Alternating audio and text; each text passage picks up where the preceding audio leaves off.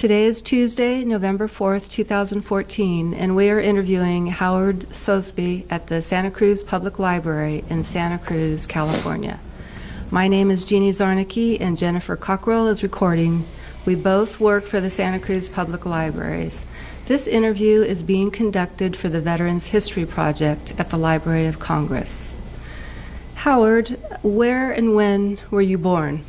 Born in Tulsa, Oklahoma, and that would have been back in 1923, October 12. Okay. And what was your branch of service in the war that you served in? Okay, I enlisted in the Army Air Corps, May the 28th, 1943. I was discharged a captain from the U.S. Air Force, April 30th, 1946. 1 month shy of 3 years. Okay. And let's start off by having you tell us about your family background and what you were doing before you joined the military. Okay, I was a 19-year-old kid going to college at UCLA in Los Angeles. And just like everybody else at college, well, I take it back, not like everybody else. But I had grown up in the public school system in Los Angeles. We had moved out to Los Angeles from East Texas, where my grandfather had a farm, and sort of grew up on that farm. And my father was a garment dyer, and he lost his job, and he and one of his cousins got in a Model A and drove out. This was in 1931. The Depression was in full swing. There were no jobs in the Midwest. So he and a cousin drove out to Los Angeles and told Mom and her 4 kids to just wait until he sent a telegram to come. After a while she did. We packed up, moved to Los Angeles, went to public school there, graduated from high school in 1942. Wasn't interested in going to college, but I had an older sister and a mother who said I was going to go to college. So I enrolled at UCLA in 1942. Yes.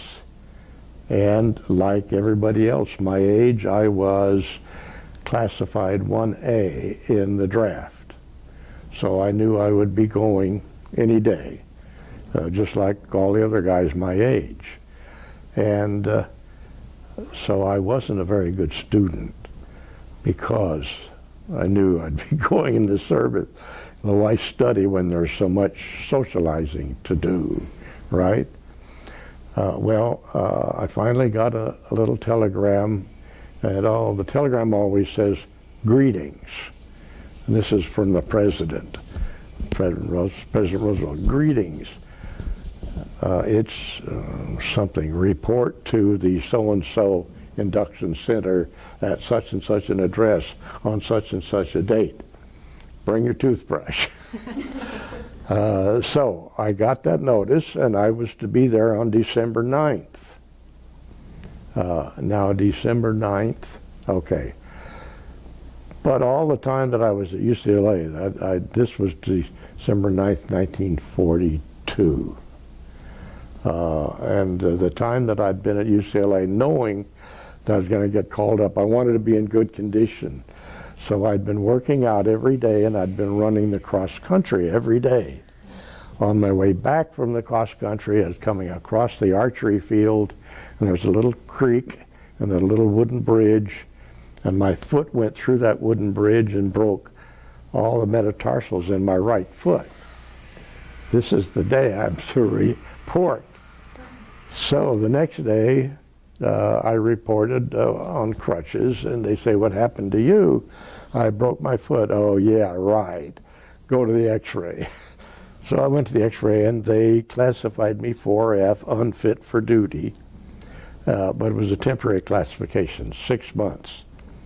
At that time, you couldn't enlist in whatever branch you wanted to enlist in, because everybody would choose Coast Guard or Navy or Air Force, and they wanted infantrymen to tote a rifle in Guadalcanal. That's what they wanted, because they hadn't started doing anything in Europe at that time. So I went back to school for this 6-month period, and in would have been probably March of '43 when my foot was all healed up and I was back to normal, and sitting in the fraternity house playing bridge, which is what most guys my age in fraternities did. And nothing to do, they'd play bridge. And okay, playing bridge, some guy came running through the front door. The Air Force is open. The Air Force is open. That place emptied out like a fire. So anyway, enlisted in the Air Force, and that would have been in March. And in May, got the notice to where to go and where to checked in downtown Los Angeles, put me right on a train, and took us by train to Camp Kearns, Utah. And that's when I was in the service, a private in the Army Air Corps Cadet Program. And can you describe your basic training and any special training that you may have had? Okay, at basic training, which took place at a camp close to Salt Lake City, Camp Kearns, that's where you learn to march and shoot and do KP. Then you learn, you know, why are we fighting? You get all the training you need. But primarily you learn to march and shoot, because that's the same kind of training that the guys that are going to go to Guadalcanal with a rifle, they all get the same kind of training. And you get very, very strong physical conditioning. I mean, can you do 100 sit-ups? Probably not. But when you got out of basic training, you can. Okay. And that's where you, if for example you were a real crack shot, like there's there's an old GI that I was taking care of for a long time, named Harry Clark. He lived here in Santa Cruz. In basic training, he never missed the bullseye. And so they made him a sharpshooter and put him in the infantry as a sniper. Well, I never got that good, but I was a good marksman. And because the Boy Scout troop that I was in as a youngster had been run by a bunch of old World War I veterans, they were determined that we would all know close order drill, know how to march in order, and know how to respond to the commands, to the rear march, column left march, all that kind of stuff. So I knew that. And once you get the basic training, you're thrown in with a bunch of guys who don't even know the left foot from the right foot, and it was a real laugh. And when the sergeant saw that I knew knew close order drill, he made me a cadet officer with a belt that goes across here, you know, and all that stuff, and with special privileges. And I was the guy that marched the squad around to where they had to go. You don't just go anywhere on a military base, you march. And so you march, and you march in order, and the person that's leading you tells you what to do. But besides marching, in order to keep in step, you sing. You're singing, you know, 4/4 songs, and there are dozens of them, and we'd sing all the way to and from the barracks, the firing range, the mess hall, wherever we were going. And that helped me a great deal in basic training. Also, the fact that my mother was working full-time from the time I was about 12, and I was the guy that did the dishes. And my mother showed me how to get stubborn stuff off of a pan with a steel wool. Well, everybody in basic training does KP regularly. Not every day, but regularly you'll get one. And so the guy says, whatever you do, don't get the deep sink. Now the deep sink is where all the dirty pots and pans are washed. Don't get the deep sink. Get the China clipper, that's what they're running plates through this big machine. That's fine. But don't get the big sink. So I took the deep sink. And I scrubbed those pans the way my mother taught me. And one day I was scrubbing the pans, got them all nice and clean, and the mess sergeant came by to look. And he looked at the pans. He looked at the pans. And he called the lieutenant over. I want you to see these pans. Wow, we never got pans that clean. Why don't you come and eat with us, son? So from then on, I didn't eat with the other guys who got scrambled eggs and whatever. I ate at dinner, I got steak and pie and stuff that the mess sergeants got, you know. Anyway, some little things in life had made military life easier for me. We went from Camp Kearns, Utah, after we finished our basic training. They took us to a place in Santa Ana, California called Preflight. And that's where they test you and test you and test you and test you and test you and test you again. You get tested on everything from whether you can wiggle your ears to whether you can do a set of algebraic calculations. And one of the things they test you on is numbers. You know, flash a number on the screen like that. An 8-digit number, and you write it down. You know, flash that quick, and you write it down. Flash it quick.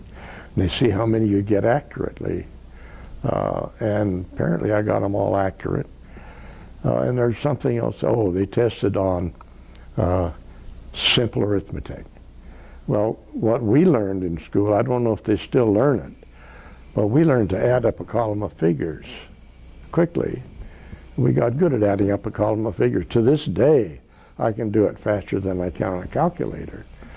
And I got good at that. And there was a couple other tests. Well, I had been going to college for a year before that, taking tests, studying. So I was good at taking tests, and I think that might have been why the guy that was taking the tests said, you know, son, he says, that's the highest we've ever had on these tests. Oh, that's nice. Do I get a medal? No, but you're going to be a navigator because you're good with numbers. Okay, so from then on I was scheduled to be a navigator by them. That was Preflight, Santa Ana, California. That air base is now MacArthur Field. It's an airfield. Is that what they call it? Is that what we call airports? In those days, it was okay. Santa Ana Army Air Base became MacArthur Airfield in Santa Ana.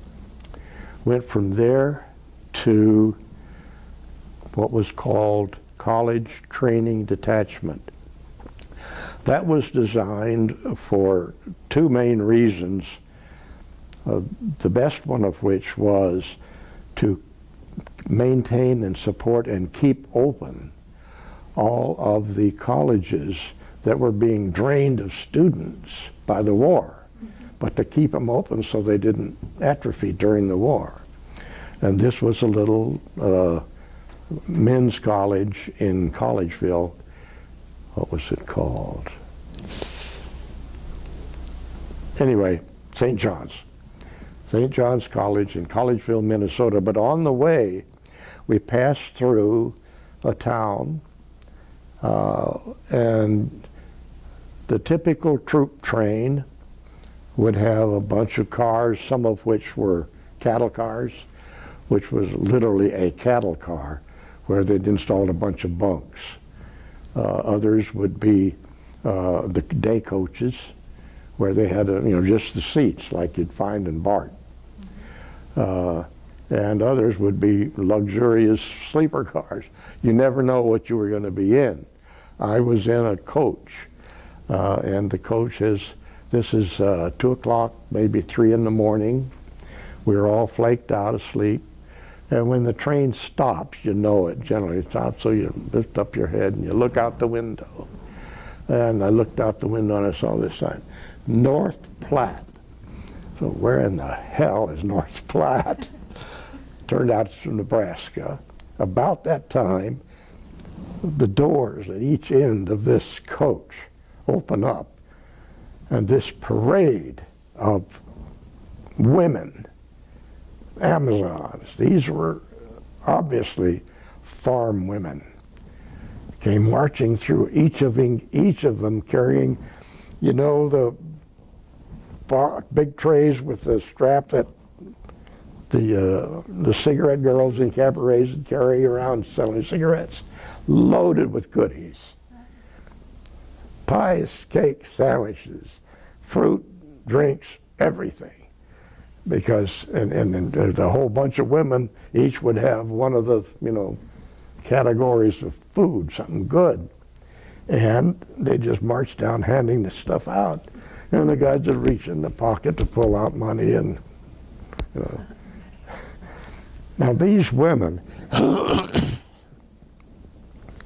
and the story is covered in this book, and I hope your library has a copy of this book.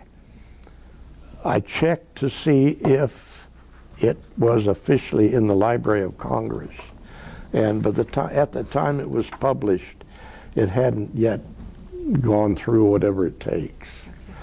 But if it isn't in the Library of Congress, it should be. This tells you, and I have to apologize because I choke up every time I think about what those people did. This little town of North Platte, Nebraska, is where every railroad that was going from the east to the west, just about, had to go through. So there was a train going through there every 10 minutes probably. They'd stop and they'd load up with the water that trains needed in those days and the coal they used, and they'd be there sometimes 10 minutes, sometimes 20, depended. And they'd take off, and before you could close the door, another train was coming through. Most of them at that time were carrying servicemen. And the train would stop, and these servicemen would get off and look around. Is there a place, where I can get a Coke or something here? And the people that were running the station soon realized that, excuse me, these were our boys, and they're going through here, and we're just waving at them. So they organized every farm and every village for miles around was organized into a schedule where each village had its own time. Like our village happened to be the span from noon till 6 in the morning or something like that. But they all rotated. And each group just made up the stuff, did the baking, and was there and met every damn train. There wasn't a train that went through North Platte during the war that wasn't met by these groups of women. That's great. And when I think about it, I'm a softie. at any rate, let me pull this out. I would like you to do enough research to determine whether this book is in your library or ever got into Library of Congress. We'll make sure. It is maybe the purest vignette that you're going to find of the attitude of the people at home toward the war. Not the war itself, but the boys who were fighting the war, you know. And it's heartwarming. So, from North Platte, we went to Collegeville, Minnesota, which is a little college town where St. John's Men's College, a Catholic college, was located outside St. Cloud, Minnesota, which is a middle-sized Midwestern town that had a teacher's college, St. Cloud Teacher's College. And that town, again, chokes me up whenever I think about it. Okay, so we arrive at this college by train, and we were put up just the way the students were when it was a regular old college. It was almost self-sustaining with respect to the wheat that we ate was grown by the friars, and they grew their own wheat, milled it, and that's what we had for in the bread that we ate, and that's in the pie crusts and everything. And the nuns did the cooking, and suffice it to say that it was the best food you're going to find anywhere in the country at that time. So we were lucky. But the college, the college was located on a main highway, and then St. Cloud was a few miles that way. And so they told us, if you want to ride to town, just go stand on the curb, and somebody will stop and pick you up. And so Saturday afternoon, sure enough, I went out and stood on the curb. I wasn't there 30 seconds. I mean, the very first car that came by stopped. Going to town, son? Yep, hop in, get into town. Get and sit there, the guy's driving along. Where are you from, son? You know. Do you have a place for dinner tonight? Yeah. Do you have a place to stay tonight? Yeah. Okay. Would you like to go bird hunting in the morning?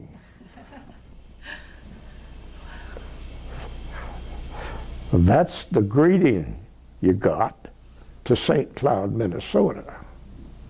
Okay, well, it just happened I had a date for a whole bunch of guys we were going to meet, and we were going to have dinner, and we were going to go out to the fairgrounds where every Saturday night they had a really good band that played, and it was great. That's where we're going to go, so I didn't take him up on his dinner or overnight. But he dropped me off in front of the St. Cloud Hotel, which was where I was going to meet all the other guys. It was the only high-rise in town, 5 stories high, and it was a 1-story town. But he dropped me off, and I went inside to the desk and said, I'd like a room. Okay, the guy at the desk said, okay, go up to the 4th or 5th floor, either one, and pick out a room and put your stuff in there, and then come down here and I'll give you the key. Okay, well, how much is your room? What's your room rates? We didn't have a lot of money. What are your room rates? And he says, there is no charge.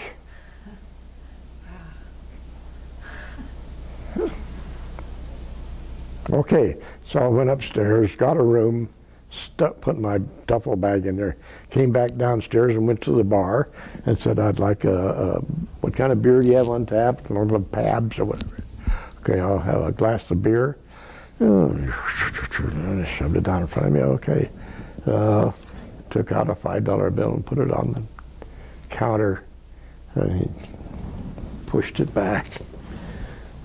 There's no charge. Whoa. Okay, so when the other guys came, I told them that, and they were impressed. But it was time to get the cab and get out to the fairgrounds. So we all pile into this one cab. I was sitting in the front with another guy and the driver, and there were 3 or 4 guys in the back. And we're headed out to the fairgrounds. Well, one thing you'll notice, you get into a cab, first thing he does is he pulls up the flag, right? And that starts the meter going. Well, he got all of us in there and he didn't pull up the flag. So we got to the fairgrounds, and how much do you owe? How much do we owe you for the 5 of us? There's no charge.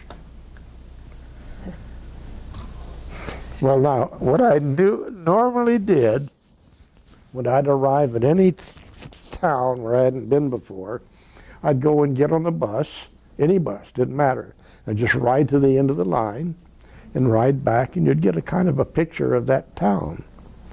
Well, I did that in St. Cloud also the next morning.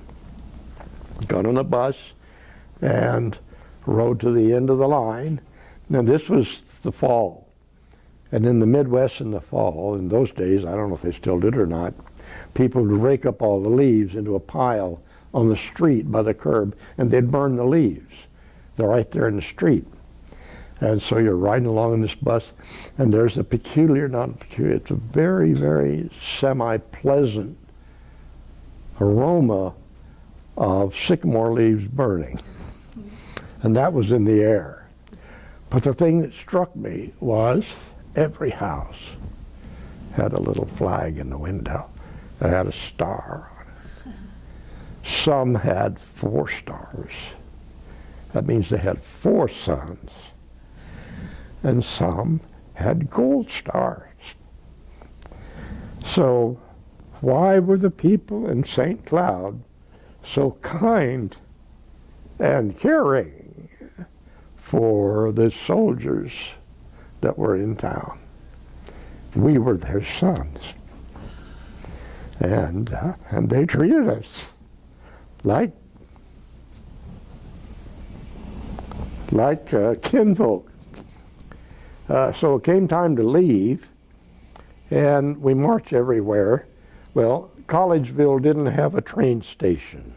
I mean, it wasn't that big, but it did have a wide space in the road where the train stopped, and we got on. So we marched up to that place to get on the train, and there was a high school band there to see us off. Anyway, that was the Midwest, and that and North Platte, Nebraska, are 2 parts of World War II that I will never forget. So we went to college and got, the second reason to maintain these men's colleges was also, if you're going to be an officer and a gentleman, you know, there's some things that you should polish up. Your education, knowledge of history, and, you know, so you can carry on and what do you call it, a dignified conversation. And they did. They sharpened us up in math and history and geography and a lot of good things. And from that Collegeville, we went to where we were going to learn our specialties. Navigators went to navigation school, pilots went to pilot school, bombarders went to bombardier school. Okay. Being a navigator, I was sent to advanced navigation school in Hondo, Texas, which is a little town about maybe 50, 60 miles south of San Antonio. And there we learned how to navigate. And we learned very well how to navigate. And the training was so intense. And I imagine that the pilot training was similarly intense, because the pilots we flew with were so good that they're almost like machines. They did the right things that they had to do at the right time, you know, to keep that airplane from crashing. And there were many instances during the 52 missions, combat missions, that I flew, where the skill of the pilot is what got us back. Anyway, I forget how long the training was, but we graduated from navigation school June the 10th of 1944. We got our wings and our second lieutenant bars, and we were given 2 weeks leave before time to go overseas. But they said, we'd like to have you be an instructor because you did pretty well. Okay, fine, I'll be an instructor. And so my mother had come to watch the graduation from Los Angeles. I don't recall how she managed to get there, because cross-country travel in those days was not easy. And to get back home from San Antonio to Los Angeles so that I could have my 2 weeks leave, at that time in the U.S., if you wanted to get from anywhere to anywhere else, and it was a long ways, you couldn't catch a bus. Well, they had bus travel, but you know, it was expensive, and there wasn't a lot of it. For example, to get from San Antonio to El Paso, there probably was a bus, but then from El Paso to Albuquerque, and you know, there's, okay. So what you do is you go to the post office and you look on the board to see if anybody is going to El Paso or any place else that will take passengers. And if so, you contact them and you get a ride to El Paso. And you buy the gas. That was your. Well, when I was going to UCLA, I had my father's car, and I was able to carpool 2 young women from Texas who were going to UCLA, whose mother, when she found out I was from Texas, okayed me to drive her daughters to school. I had to be from Texas. Okay, but I'd been carpooling, carrying these extra 2 students, which entitled me to a C card. Now, gasoline was rationed. You either had an A ticket or a B ticket. I don't know what that was. I think it was truck. But a C ticket entitled you a lot more gas than the A ticket did. Well, I saved a few of those tickets. And so getting from San Antonio to LA, we used up all the tickets that I'd saved. But we caught a car, we were passengers in a car from San Antonio to Albuquerque, from there to Phoenix, and from there to Los Angeles, all sharing a car. And that was very common during the war. That's the way a lot of people traveled. Okay. From advanced navigation school. Oh, I was going to be an instructor. By the time I got back from my leave, there was a set of orders for me to go to Columbia, South Carolina and join a crew, because at that time that one time they needed, and they needed fast, they needed 11 crews. 11, they were going to be B-25 crews. I didn't know it was a B-25 at the time, but when I got to Columbia and I met my pilot and crew, and then that's when I learned I was going to navigate a B-25, which is called a Mitchell bomber. And that's why I wear this on my cap. Believe it or not, I ran into a guy one day that recognized that. He says, "Oh, that's a B-25. Oh, that's nice." Anyway, I wear this cap as a conversation starter. My son got the cap for me, and I wear it. Well, the doctor says don't ever go out without a cap on, so I do. And it's amazing how many people will stop.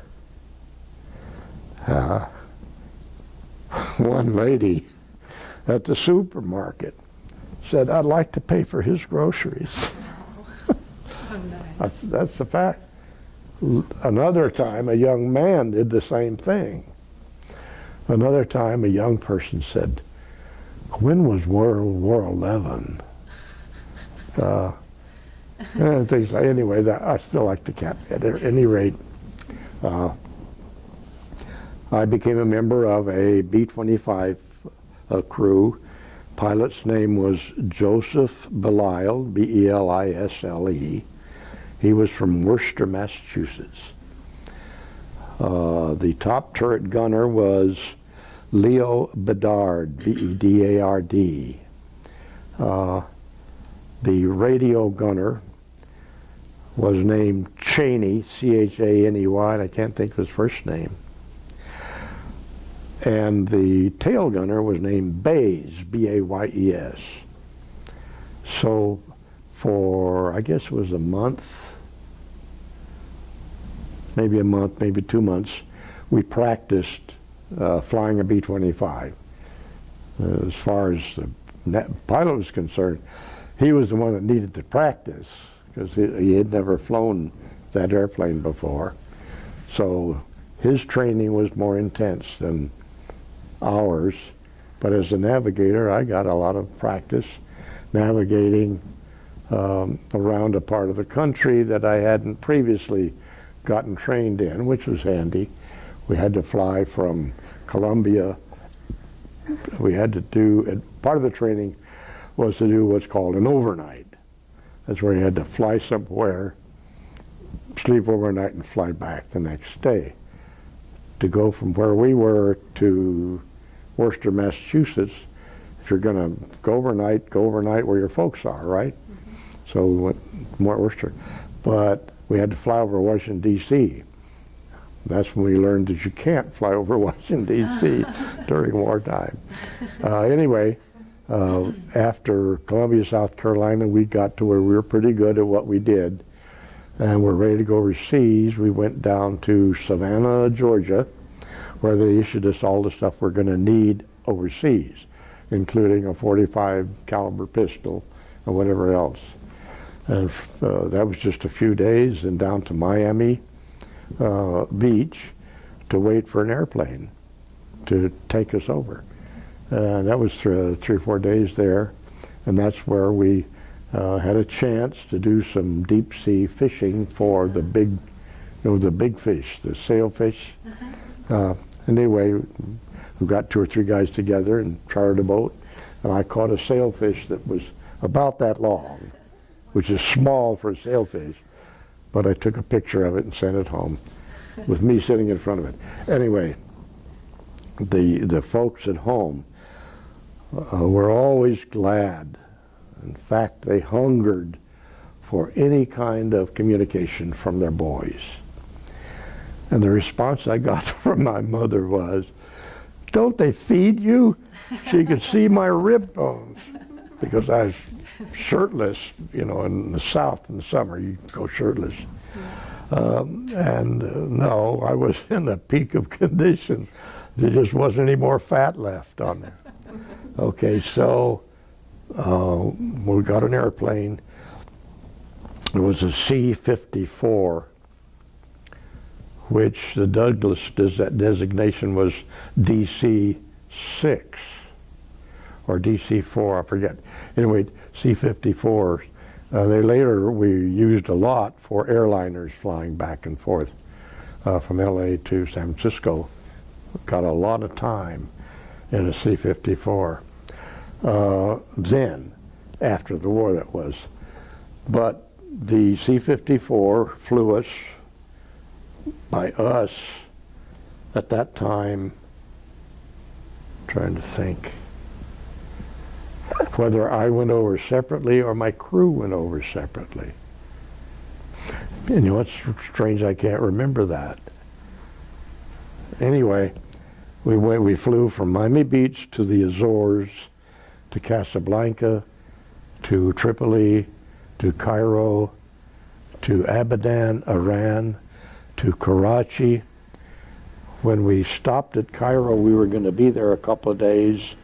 So they said you can go into town. Well, any place in Asia in those days, you didn't just eat at any restaurant. You only eat at approved restaurants. And this is to try to minimize the amount of tropical diseases that were picked up through food. Well, I ate in an approved restaurant. By the time I got to Karachi, I had amoebic dysentery. So at Karachi, they put me in what's called a ASH, Advanced Station Hospital. And that's where I learned to love Army nurses. They are so good. On the hierarchy of people, the ones that are right at the top are Army nurses. Right under that, teachers. Under that, regular nurses. But Army nurses. Anyway, after 2 weeks, I think the hospitalization was a little over 2 weeks. Okay, fine. I was cured, and they sent me to my station, which was a village.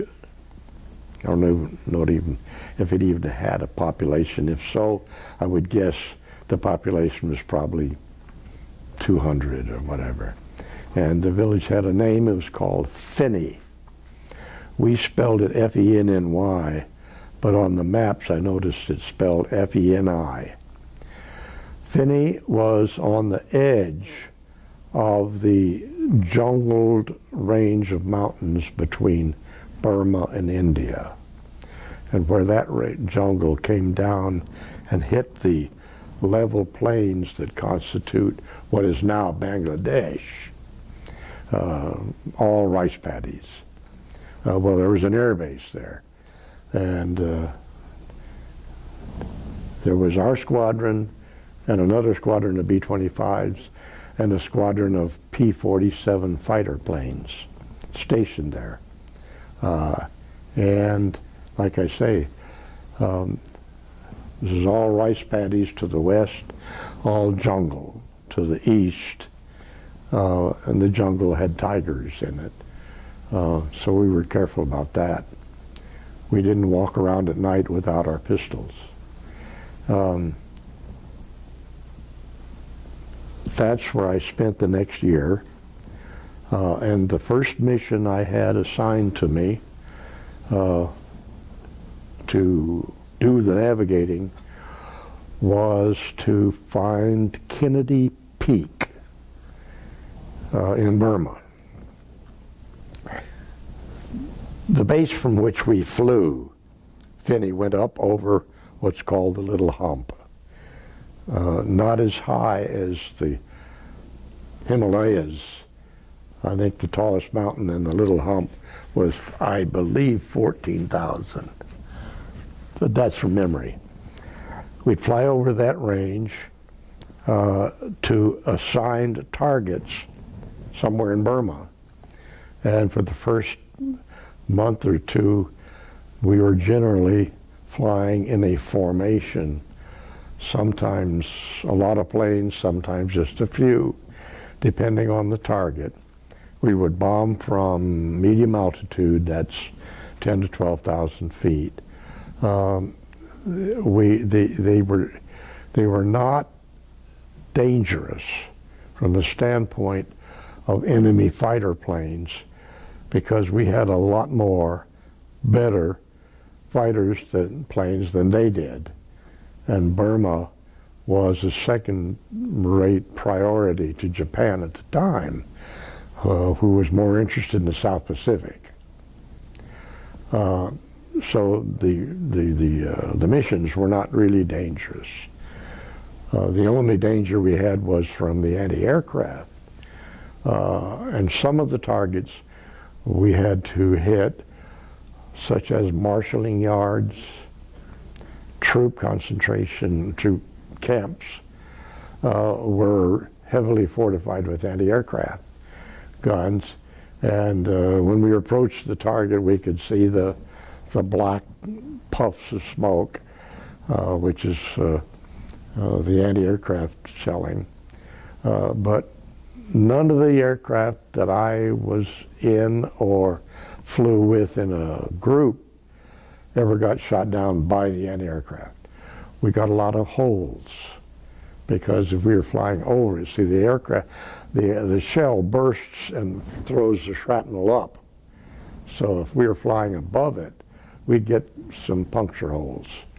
We weren't in great danger from getting hit by shrapnel, because we were given flak jackets, and we just laid them on our seat and sat on them, so anything coming up wouldn't cause problems. And the B-25 has, at the side of the fuselage, where the pilot sits on that side, navigator on that side, they've got that whole section is armor plate. So if there's anything from that side, you're not going to get hit. Okay, so like I say, the missions weren't particularly dangerous. But my first mission that I had to fly, and I'd never seen Burma before, and I'd never had to navigate officially before, was to fly to Kennedy Peak and do an airdrop of supplies to the soldiers that were operating behind the lines. And we're going to do an airdrop. Well, what they would do is they'd find a place in the jungle where they're far enough away from any Japs, and there was some kind of a clearing that they could give us the coordinates, and we'd bring them supplies. We'd put the supplies on pallets in the bomb bay, we'd get over a certain altitude, drop it out, it'd drop out, open a bunch of big parachutes and settle down and hopefully hit the clearing that they'd hit. Okay, so they said, okay, here, take the plane, take the crew to Kennedy Peak, and there's going to be a gang there of, and I thought at the time they said Merrill's Marauders, but I'm not sure. Might have been somebody else, because Ord Wingate had his Chindays over there at the same time. Okay, so that's fine. Here it is on the map. Nothing else around it, but there's Kennedy Peak right there. Okay, fine. I'm a navigator. I can find that with my eyes closed.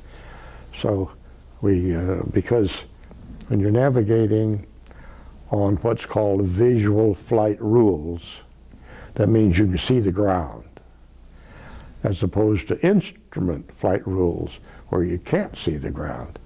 So it was all visual. This is going to be a piece of cake, right? So you get up over the Chin Hills, they're called, and we get down over Burma, and there's nothing but green. It's like a great green carpet. I found out later that at nighttime it's a great black carpet, but this great green carpet. Oh well, hell, where's the river? So I finally found the river, which is the Irrawaddy River, and with that and the maps, which were pretty accurate, the ones we had, was able to spot Kennedy Peak in the middle of nothing but just one big green blanket with a few little bumps here and there.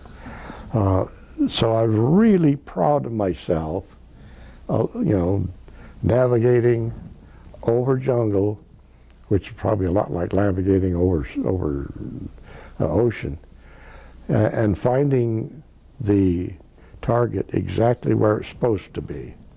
And the pilot was pretty complimentary. Is this your first mission? Yeah. Well, not bad. Okay. So that was my introduction, and the rest of the navigating was done in formation because all of our missions were flown in formation for those first 2 months. And so I didn't really do a lot of navigating, except that I navigated all the way to the target and all the way back, even though the lead navigator was leading us there, because I was not going to get caught. If we got separated from the gang, I was not going to get caught not knowing exactly where I was. And that's why I am not very charitable toward navigators that got lost, because they were loafing when they were in formation and then got busted up one way or another and had to find their way home and didn't know where to start, because if you don't know where you are, you don't know where to start from. Anyway, I was not very charitable to that crew that got lost over North Africa, flying home from Europe. Okay, sorry for that. At any rate, I navigated carefully, and for the first, I guess, maybe 15 or 20 missions at various points in Burma, generally bombing marshalling yards, troop concentrations, ammunition dumps, trying not to hit villages. I got to know the terrain pretty well, to the point where I didn't hardly need a map, even though I kept one and marked on it exactly the time and place. But I could tell where we were just from looking down at the ground, and got to know the area pretty well. One of our missions, okay, the weather in the China-Burma-India theater, by the time I got there, was the principal enemy. The fighter planes that we had were so far superior, they had pretty much taught the Japanese fighter pilots to stay away from B-25 formations, because the B-25 medium bomber had so many machine guns on it, firing forward. 4, 8, 12, 14 50 caliber machine guns. Now when you have 6 of those in a box, that was our typical formation, 3 and 3, each with 15 machine guns. The typical fighter pilot's approach to a bomber formation that he wants to attack is to get up in front of them, way off in front of them, and especially if they're flying into the sun. He'll get up into the sun where you can't see him until he gets close to the formation, and he can dive on the formation, shooting as he goes, and go under him. Well, apparently some Japanese pilot tried that a couple of times, And as soon as they got into range, the lead pilot notified everybody else. He says, we're going to pull up. The bandit is right about 12 o'clock. 12 o'clock, a little high. And so he'd pull the formation up. And when that airplane, that fighter plane, came into range, you had 6 planes, each firing 15 guns. And the only time I saw it happen was once. And we saw the fighter plane. He was so smart, he thought he was still in the sun, but he wasn't. And we could see him. The pilot pulled up the formation. The lead pilot did, all the guys. Formation. When I say formation, I mean our pilots had spent the previous year or two flying in Germany with facing German fighter pilots and German ME aircraft. And the formation, the safer, the tighter the formation is, this guy's wing and this guy's wing, their wings would overlap. That's how good they were. And they had learned that in Germany. So the lead pilot would say, tighten up, and okay, they'd tighten up. The plane that we saw in the distance, when all these guys opened up, looked like it just exploded. And then we didn't see it anymore. There was nothing left of it. And I think the Japanese fighter pilots probably learned that pretty soon when it comes to attacking formations of B-25s. Now they patrolled around a lot to try to catch the air transport pilots because they were unarmed and defenseless. And they'd generally duck into a cloud if they saw a fighter. But anyway, that's just to describe the nature of our medium-level bombing missions over Burma at that time of the war. The reason for, I guess, yeah, the reason for a navigator in a formation to navigate as though he was all alone occurred when the weather did its little trick. Normally, they would know pretty well which the weather's going to be. And generally, during the monsoon season, which starts in like May or June and runs through like October or November, anyway, and it rains every day, 24 hours a day, never stops during June. But during other months, there will be some clear days, would be. And remember one mission, everything was normal, and it was clear as a bell. We thought, wow, this will be better. So we went over, flew our missions, dropped our bombs, and then turned around and headed home to come back west. And we looked up ahead of us over the Chin Hills, and the clouds were up to 40,000 feet. And you don't go through crowds like that because you've heard the word thunderhead. Okay, a cloud with a thunderhead is the kind that's so high, so tall, that the stratospheric winds, the jet stream, is blowing the top off the cloud. And it looks like an anvil. And you can see those bits of cloud being thrown out above the top of this towering cloud. Well, when a cloud towers up that high, you know that there's some very turbulent winds, because it's those interior winds in what's called a towering cumulus cloud that blow the moisture that's been condensed to make rain. They blow it up in the air, and it gets up to the top of the cloud, which is sub-freezing, sub-zero temperature, and it gets ice, and it comes back down, and the wind blows it up again, collects a little moisture in the rainy part, blows it up again, And after it does that several times, the hail that it's creating gets a little bigger and bigger and bigger.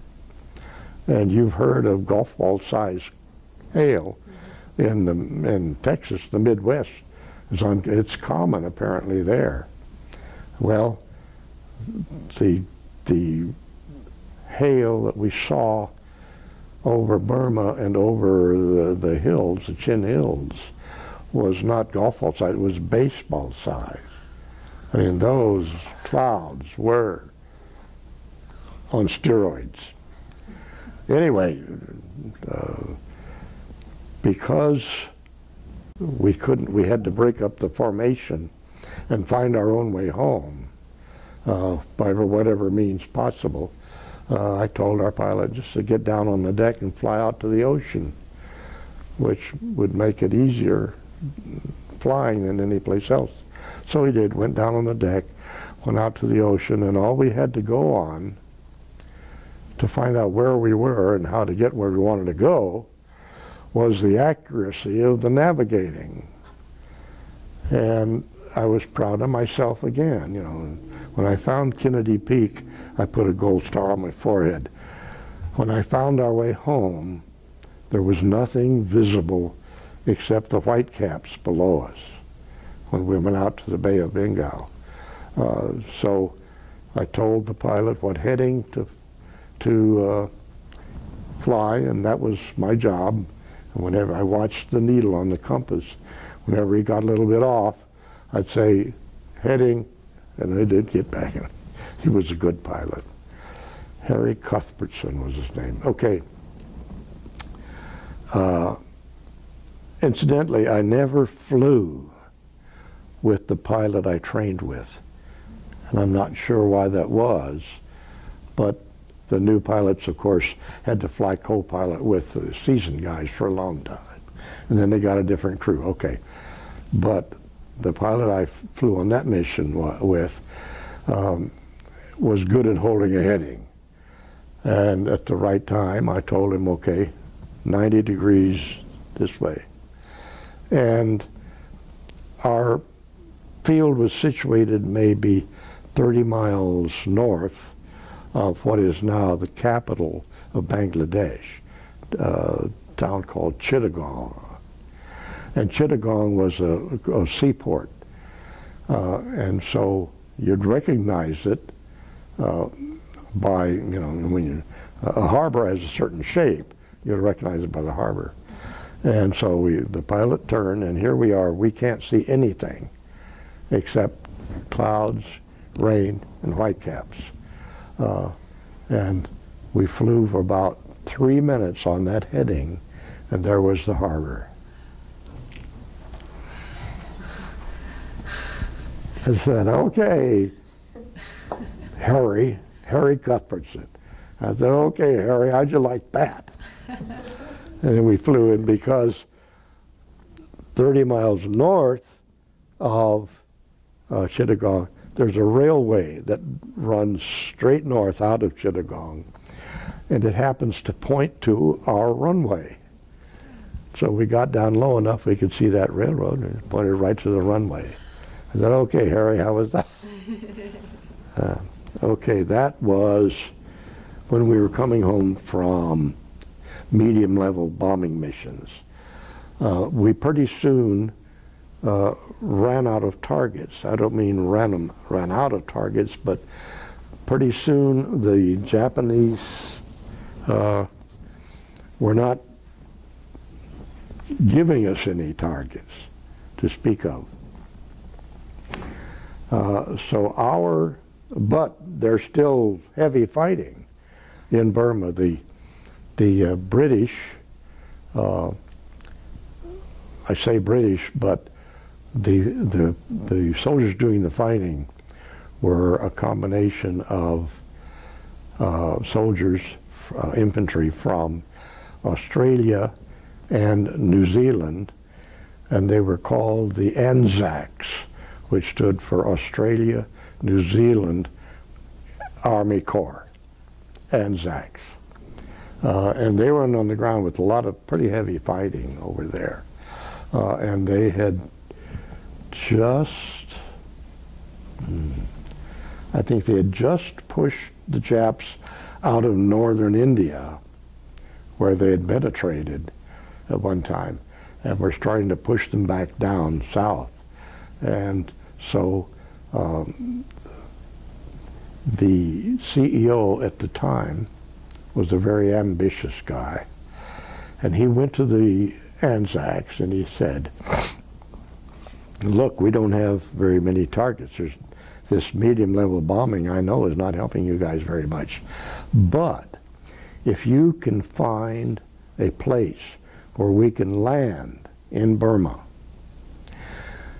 we will land there, and you can come and give us targets that that are holding up your infantry right now, and we can take off and we can hit those targets for you with our 75mm cannon, which is a piece of artillery, which is the same cannon that was on the tanks that they were using on the ground, except that when they would come to a village where the Japanese had a bunch of hard points, or it was going to be a tough nut to crack, because every village had a pagoda.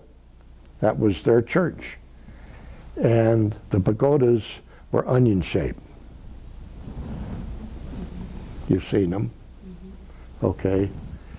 And when you're firing at that shape from the ground, your shells are hitting a slope, and they would bounce off. And the Japs would always hole up in these pagodas because it was the only masonry building in town. So they would, whenever they ran into a hard point, what we call a hard point, which they just couldn't seem to get by, we would hear them on the radio, and they would say, call in the Mitchells. And we would already be there. We'd be landed, we'd be sitting around under the wing for shade on this empty field, waiting for instructions. A guy had come along in a Jeep and with a map, and he'd show us, and right here, right between this and this and this, and we just can't say, okay. We'd take off, we'd get over to that spot, and we'd just blast the devil out of it. I mean, you got 14 50s, that's a big gun, and a 75mm cannon.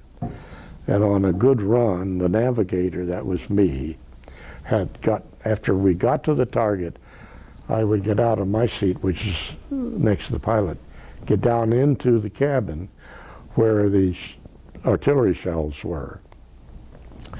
I would pull a shell off the rack, shove it into the cannon, and hit the safety button. That turned on a light in the captain's, in the cockpit, and the captain knew, okay, the cannon's loaded, you can shoot it now. And the the pilot, normal practice, would aim and shoot, hit the trigger. Well, there were several seconds used up in that process. So my pilot and I had it worked out. I don't know why anybody else didn't figure this, that he would get a good aim, and he'd test it with his machine guns, and he'd just hold the trigger down. And when I hit the safety button, it would fire. So on a normal run, you were expected to get off 4 shots. We never got off less than 6, because it was just quicker. I don't know, and pow, pow. The cannon ejected itself automatically. So after it fired, it was open, ready for the shell. So we got to be really good at that. Anyway, it was the firing sequence. As time went by, the targets that they found for us, by the way, you're not going to find any reference to this operation anywhere in the American or the United States archives. because we were attached to the British. They gave us our, just like an RAF squadron. We got all our orders from the British, all our food, supplies, everything from the British. And so the Burma campaign was a British operation through and through. There was never an American soldier, except Vinegar Joe Stilwell had a little group with Chinese, where he had a Chinese division, and we heard about him a lot. But there were no Yankees around, and so the British probably have a lot of information about the Burma campaign, and I've searched some of it, but can't find any reference to that particular battle, that particular operation. At any rate, as the targets advanced further south from northern Burma down toward Rangoon, the little airstrip that they had opened for us was up in central Burma. And so our normally what would have been a 5 or 10 minute mission when we first arrived there got to be 2.5 hour missions because they were all around Rangoon. And one day we had this Rangoon target where there was a big concentration of Japanese. They're going to try to hold Rangoon. So they had tanks and lorries and had all kinds of juicy targets. And our squadron, our whole squadron went over there every day, just the 82nd Squadron. I don't know why any other squadron didn't, but we did. And we'd fly down there and we'd stand around at the field and get our orders and fly our little missions and come back. And this particular day, it was Rangoon, which was about a 2-hour flight. And like I say, the targets were just, there's nothing a pilot likes, I think, more than seeing a tank, an enemy tank, on the ground and being able to blow it up. Do you remember, you know anything about the Battle of the Bulge? Remember the in Europe? Mm-hmm. You've all heard of the Battle of the Bulge, yeah, when the Germans just threw everything together and went through this forest and just really captured a lot of space. And there is a movie about that, and the movie's called Battleground. Van Heflin and John Hodiak and that old guy that was the sergeant. I can't think of his name. Anyway, the Yanks were being attacked, you know, from all sides, and there's this one squad or platoon, and they're holed up on a ridge, and they're looking out at a big expanse of air, big meadow. But it's just a big snowbank. Everything is snow all around.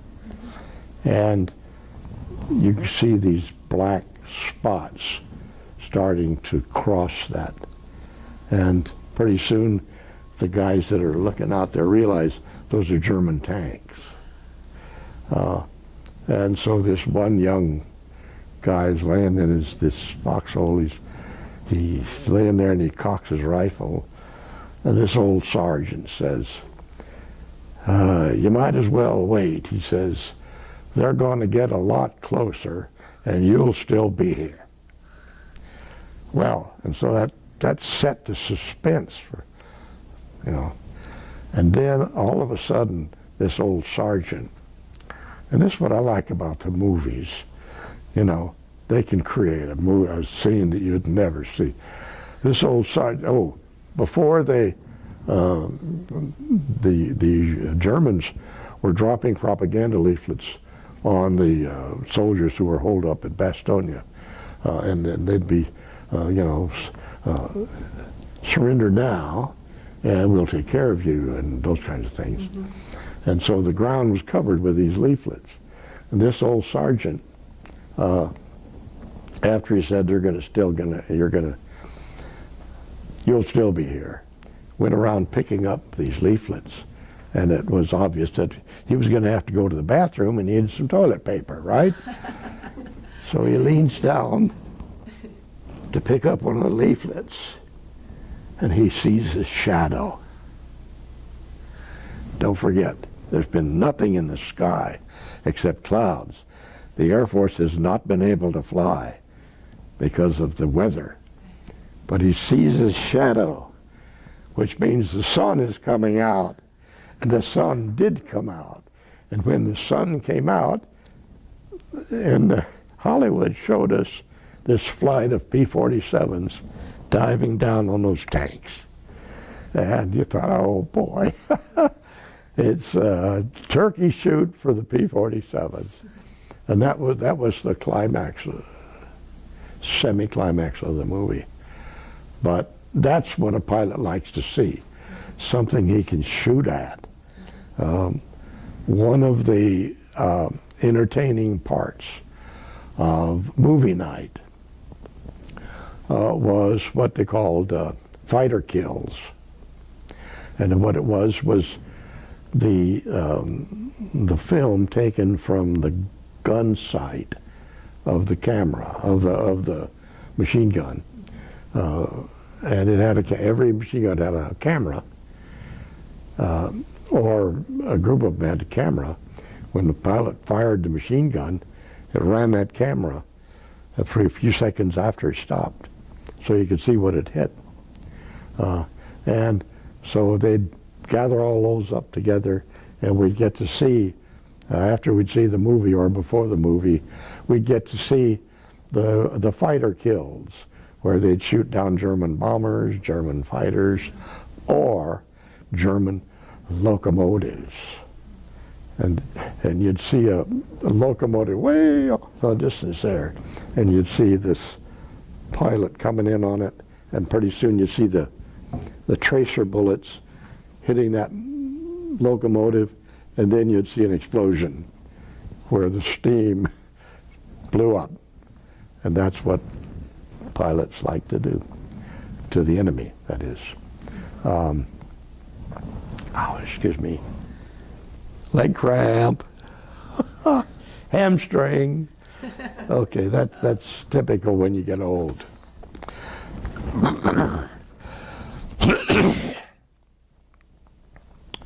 Okay, this one mission, also down to Rangoon, and we had decent weather, so we didn't have to fly the long way around. But it was getting late, and as a matter of fact, it was after sundown when we got back to the base.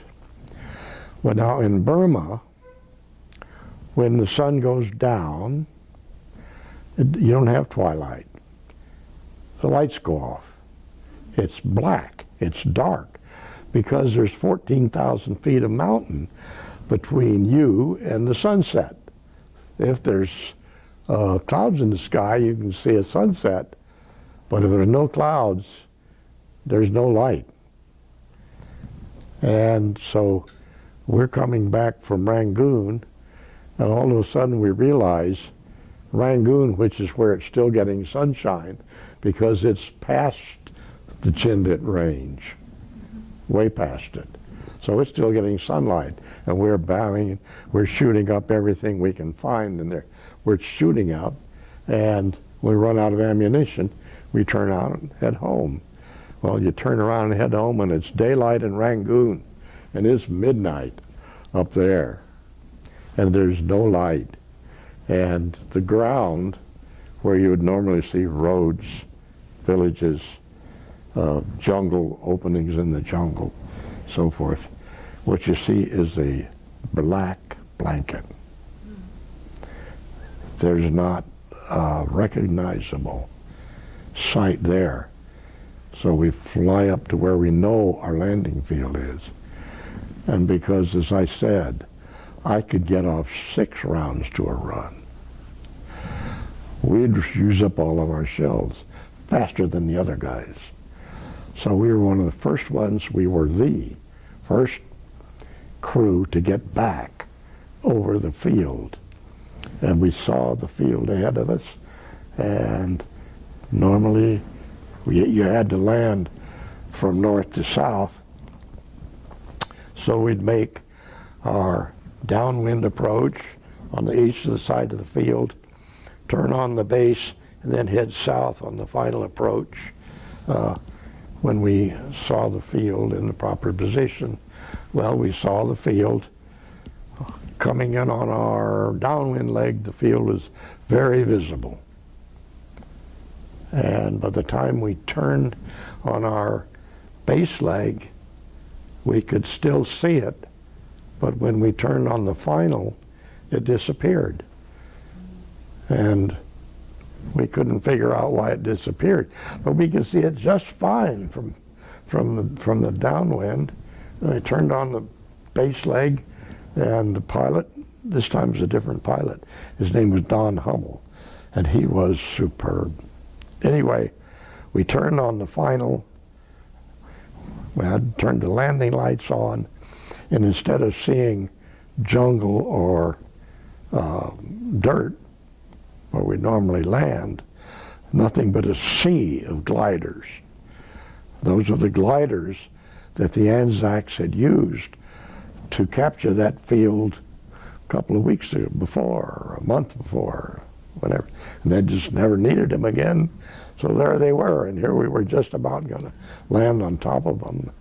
Well, by this time, the engineer gunner, who was a mild kind of guy, had gotten down out of his position and was standing between the 2 seats, my seat and the pilot's seat. And he's shaking like a leaf, and his knuckles are white. And he's kind of moaning. And so we go around, and we go around again, get on the downwind leg again. And I tell him, okay, this time I'll watch that spot in the jungle, and I'll tell you when you can turn on the downwind. I mean, on the baseline, the final. Okay, so we went through the whole thing, turned on the final, hit the landing lights, and there was the dirt. So we landed, taxied up to the end of it, turned around, shined our landing lights on the field. By this time, the rest of the guys had been circling up there saying, why don't you land so we can see the field? So we did. They landed, and all was fine.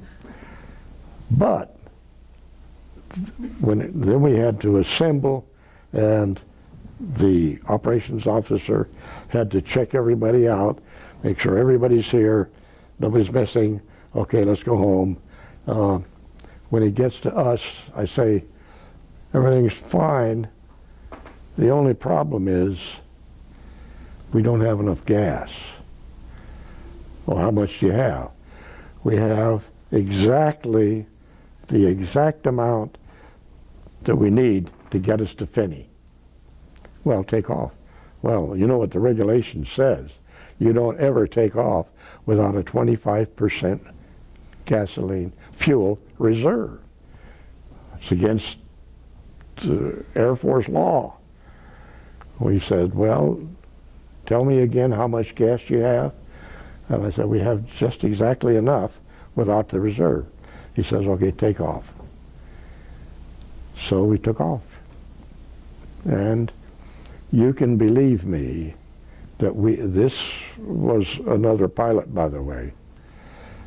His name was Jerry Pobans, and I'll never forget him. Long as I live. He literally saved our life. Okay, you can imagine how we nursed our gasoline coming home with the throttle set just in such a way to minimize fuel consumption. In a B-25, there are forward tanks and rear tanks. The rear tanks, the forward tanks feed the engines. The rear tanks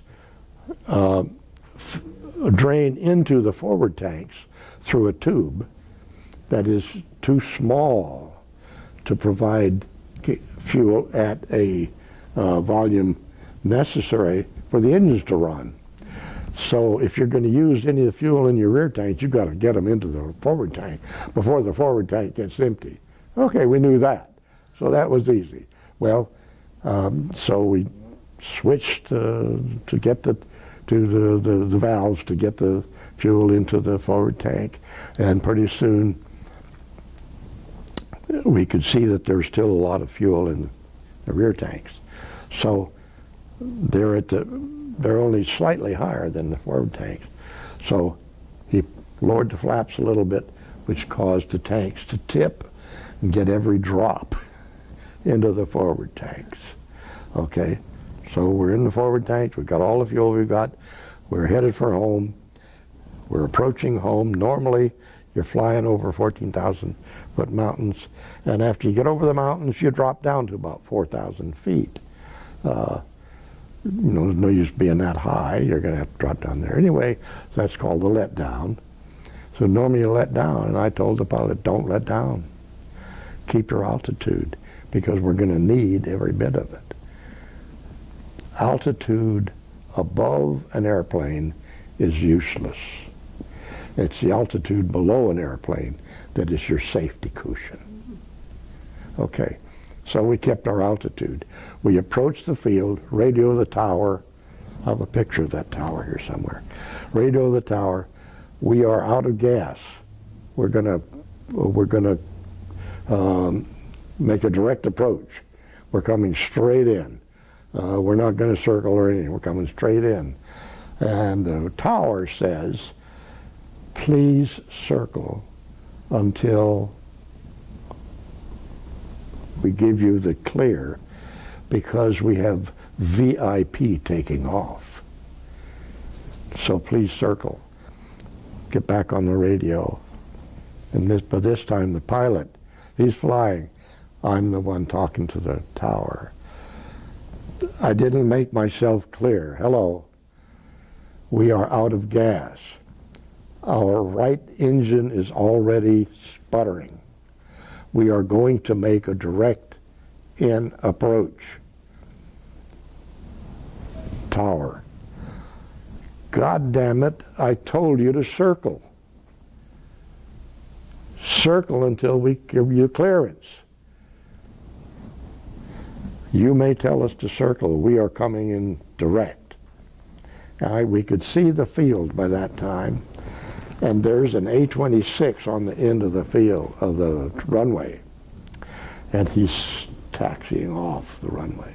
He's getting off the runway because he's monitoring our conversation, our radio conversation. He knows there's an emergency. I'm going to get the hell out of the way. So he taxis off the field, and we don't hear any more from the tower. At that instant, we come on into our. The field is here. We're coming in this way. The right engine has quit. We're on the left engine. Makes a turn so we can get around to line up with the runway, which he does.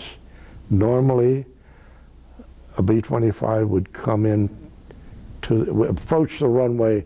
When you get close, you'd be down at about 1,000 feet, but you'd have a steep glide angle. Well, he apparently knew exactly how much that bomber is going to glide if there's no power. But we still have one engine, and he's afraid it's going to quit. So he comes in really steep, and we get onto the final approach, which is the one that you fly down to the runway, and the left engine quits. We have 2 dead engines on a B-25 landing. Has never happened before. When we hit the ground, at the end of the runway, this side of the runway is all marsh, it's mud. If you don't hit the runway, you're in trouble because you're not going to land in mud. He hit the runway, and we could check later on to see where he hit. He hit the runway 3 feet inside the end of the runway. Because he'd landed with no motors going, he had no forward momentum. And so he didn't even put the brakes on. He didn't have enough momentum by the time we landed to get off the runway. So he turned to get off the runway, but ran out of momentum before we got off. So then we heard from the tower again, taxi your goddamn airplane off the runway. Both engines are dead, both stopped. There's no way. But that was the mentality of our air traffic controller. But we were stopped. We told the tower, call a truck to haul us in. Tower said, Roger. The pilot, there was a hatch in the top of a B-25, as I recall. I might be wrong about that. Anyway, the pilot got out of the airplane, disappeared, just walked away, and I never saw him again. And it bothered me a little bit, but not a hell of a lot, because I figured he went back to the barracks, which is what he did. And when he got there, he went to the CO and said, I'm transferring out to, I want to go to the ATC, that's the Air Transport Command, and fly the cargo planes, which is what he did for the rest of the war. We never saw him again. And I guess 40, 50 years later, I ran across his name in a roster, which had his current phone. And I called him up and asked, Jerry, where did you go? Oh, he said, I went over to the ATC and flew C-46s. Well, I mean, hell, man. we wanted to, you know, you're the only guy that's ever made a double deck stick landing in B-25. And he said, did I? He didn't remember. He'd wiped that out. Well, the whole crew had pretty much wiped it out because they decided not to bail out when we said, you know, we've got one engine going, let's try. So we tried it, and they decided not to bail out. Well, it was too late by the time we got on the base leg. And so they'd all sweated it out, too. And when that second engine died, that's when you swallow your stomach. But that's what I mean about how absolutely superb our pilots were. I mean, you have to feel in your body when that plane is going to stall. And when it stalls, you're done. But you have to know, and the amount of down elevator that you give at the right time is going to determine whether your airspeed stays high enough to keep you from stalling. Well, he's that good. I think they all were that good. And there was one other time which illustrates the absolute mechanical capability. I mean, I have to say automatic, you don't have to think about it, you just do it, was when one of our planes had what's called a runaway prop on a takeoff. Well, a runaway prop is when the feathering mechanism of the propeller fails, and instead of cutting through the air and creating pull, the prop blades go flat and they're not cutting any air. And the speed, naturally, since there's no load on it, the speed that just runs up to the top, I don't know, 2,400 RPM is, I don't know what RPM they normally ran at, but it's went, and the tachometer went off the map. And there's nothing you can do. There is a procedure that you follow, and the navigator can do it. And he said feather, and you pull the throttle back, pull the mixture back, pull the props back, and then you hit the feather button. Throttle, props, mixture. So we did that. I say, the navigator that was flying with him at that time, did that. Now, don't forget, you're at airspeed. He's tried to take off. He's got airspeed. He's got his wheels off the ground, just off the ground, and he's got a full load of bombs and full gas tanks and only one engine.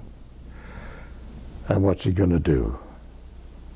It happens that at the end of our runway, the paved runway, there was a dirt one that went off at an angle like that.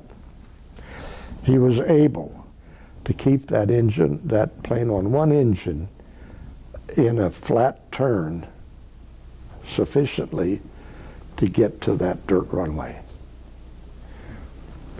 Full load of bombs, full gas tanks, one engine. Anyway, that was another time we were proud of our pilots. Okay, told you about Kennedy Peak, told you about medium level bombing missions, told you about our advanced base. Yeah, oh, the Anzacs, when we made the proposition to find us a field and we'll come over there and you can show us targets. We got the radio message. Yeah, we got a field for you. It's located right here. McTila is the name of the town, and it's about 2 miles south of that. Okay, all right. We'll see you there in the morning. Okay, when we got there the next morning, they were still fighting a half a mile away, and we could hear the cannons and the machine guns and so forth. And there was a huge ditch to the east of the runway. Oh, maybe as wide as this room and maybe as deep as that blackboard. And it was full of dead Japanese soldiers. And that was our first view of frontline carnage. The next time we came over, they had it filled. But this was just the day after they'd taken it. And, you know, it's funny. I don't think I ever thought about what we were doing. We were taught, and I mean trained, and we were well trained. I don't know about the other services, but the Air Force was well trained to do our job. And our job was to, in the Bomber Corps, was to bomb enemy targets. And the way we bombed an enemy target, we had a bombardier that had the Norden bomb sight, which is very accurate. And he would use that bomb sight, and in formation bombing, only the lead bombardier, of course, had a bomb sight. And when he opened his bomb bay doors, we opened ours, very mechanical. No, you throw a lever, the doors open up. Okay, and then you watch him. When you see his bombs come out, you hit a switch, and your bombs come out. Okay? And you watch them, and they go down, and you hope they hit rail yards and railroads or tanks or whatever. And you see sometimes that they also hit houses and huts and stuff like that. I think about it now, but I didn't think about it then, that in those huts were probably people. But, you know, I didn't think about that. Well, being in the Air Force, you don't get many chances to shoot a gun yourself at an enemy. But one of our missions was to dislodge Japanese infantry on the south bank of a river so that the Anzacs could cross the river at that point. There's not many places on the Irrawaddy River where you can cross. And this was a good one. But the Japanese had buried 50-gallon drums in the sand with the top open, one end open, and they could get in those drums. And when the British got into the river to cross, they could stand up and shoot at them and then jump back down in. And there was nothing they could do from the other side to get these guys. And they just had this, the beach was just pockmarked with these, the crossing area, with these drums full of Japanese. Each one had a Japanese sniper in it. So they said, what can you do about it? Well, how about napalm? Because the beach is a slope, right? What about if we drop napalm on the uphill side of the beach? It'll run down and run into these cans, and they'll have to get out and go away. I have here a picture of our napalm bomb.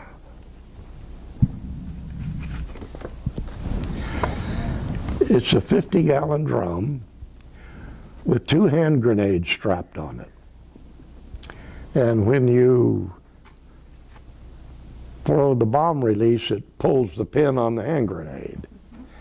When those tanks full of napalm hit the ground, they shatter and break.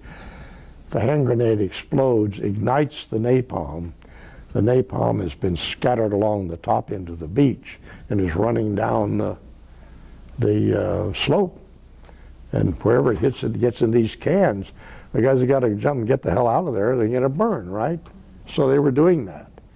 And I was navigating that day. But we were in a J model. Now the J model had a glass nose so the bombardier could use. Didn't have the cannon. So I got to ride up in front in the bombardier's position, and there's a machine gun in there, in the nose. And so after we dropped the napalm, we circle around, and by this time there's a bunch of guys jumping out of their foxholes, so to speak. And here I am in the nose with a machine gun. So I got to actually shoot at some Japanese soldiers. The only time I fired a gun in service. Not many guys got that chance, you know. But again, I didn't think about it. Just did it. I had the gun, there are soldiers there. You shoot them when you can. Never a thought about what I was doing, because that's what I was trained to do. What every soldier in wartime has to do. And when it, jumping way ahead to the dropping of the bomb on those 2 cities, Hiroshima and Nagasaki, and there's been an awful lot of debate about that. Did we really need to? Could we have found another way? Well, there wasn't any debate about it at the time, not a bit, that I was ever detected. But our assignment after VE Day, and after we'd pushed the Japanese completely out of Burma, incidentally, that last Rangoon mission, Rangoon Harbor, was where probably the reason why the Air Force doesn't have very much documentation, if any, on what the B-25s did in Burma was one of our missions, the one that was going to be Rangoon Harbor, where the Japs were trying to load up a lot of supplies and service and escape, and we weren't going to let them do that, was one of the largest, massive array of Air Force bombers and fighters that I ever saw in the sky. When we arrived at the Rangoon Harbor, our assignments were to pick targets of opportunity, because there had already been some B-17s and some B-24 Liberators, and believe it or not, some P-51s dive bombing. When we arrived at the target, there's the target over there, it's burning. There's 3 P-51s up there, and they're all aimed straight down. And we watch them go down, let their bomb, bombs explode. Okay. What we were going to do was strafe the boats that were loading in the harbor and then go around again. Well, the bombs from the P-51s exploded, set up a bunch of debris. As we approached what we wanted to, our target, we could see ahead of us a 2x4, obviously about 2 feet long, just tumbling over and over and over and over and up in the air, and straight ahead of us. And by the time we got, by the way, that was the mission on which we were to carry a Signal Corps photographer with a movie camera.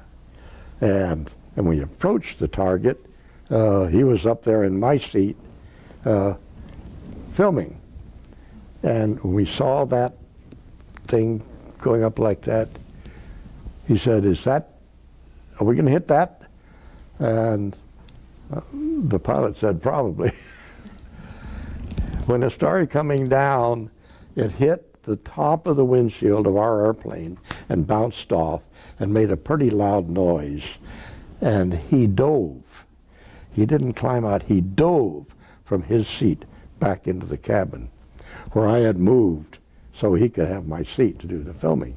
I had to dodge him, he came out so fast. Well, so we never got any movies, never saw any of our mission. And I wondered at the time, wouldn't it be neat if he could have gone ahead and kept filming and we could see. The problem with the Navigator on a B-25H model, which is what we flew in most of the time, was that I never got to see what we were shooting at. Because my job when we got to the target was to get down in the cabin and load the cannon. When you're down in the cabin, you can't see anything, it's ahead. And so after we all run out of ammunition, then I can get up in the cabin again and say, okay, what do we shoot at? But the pilot got to see, and the engineer gunner got to see. And the Brits, more than once, we would hear on the radio, after we'd finished one of these little missions, we'd hear, good show, good show. And that's a morale booster. because it wasn't pleasant being over there, sitting under the wing of a B-25 waiting for instructions. And the temperature is probably 120, 125, 130 maybe, and it is hot. And you may have heard, if you read about Ord Wingate was a British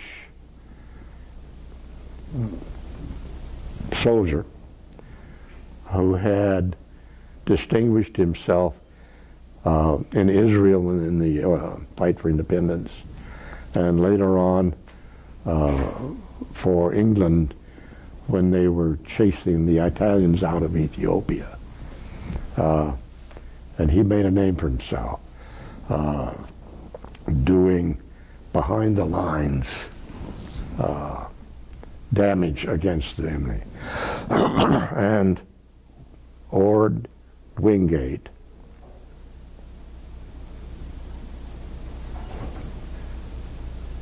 they called them Wingate's Raiders, I think, or he called them Chindets. But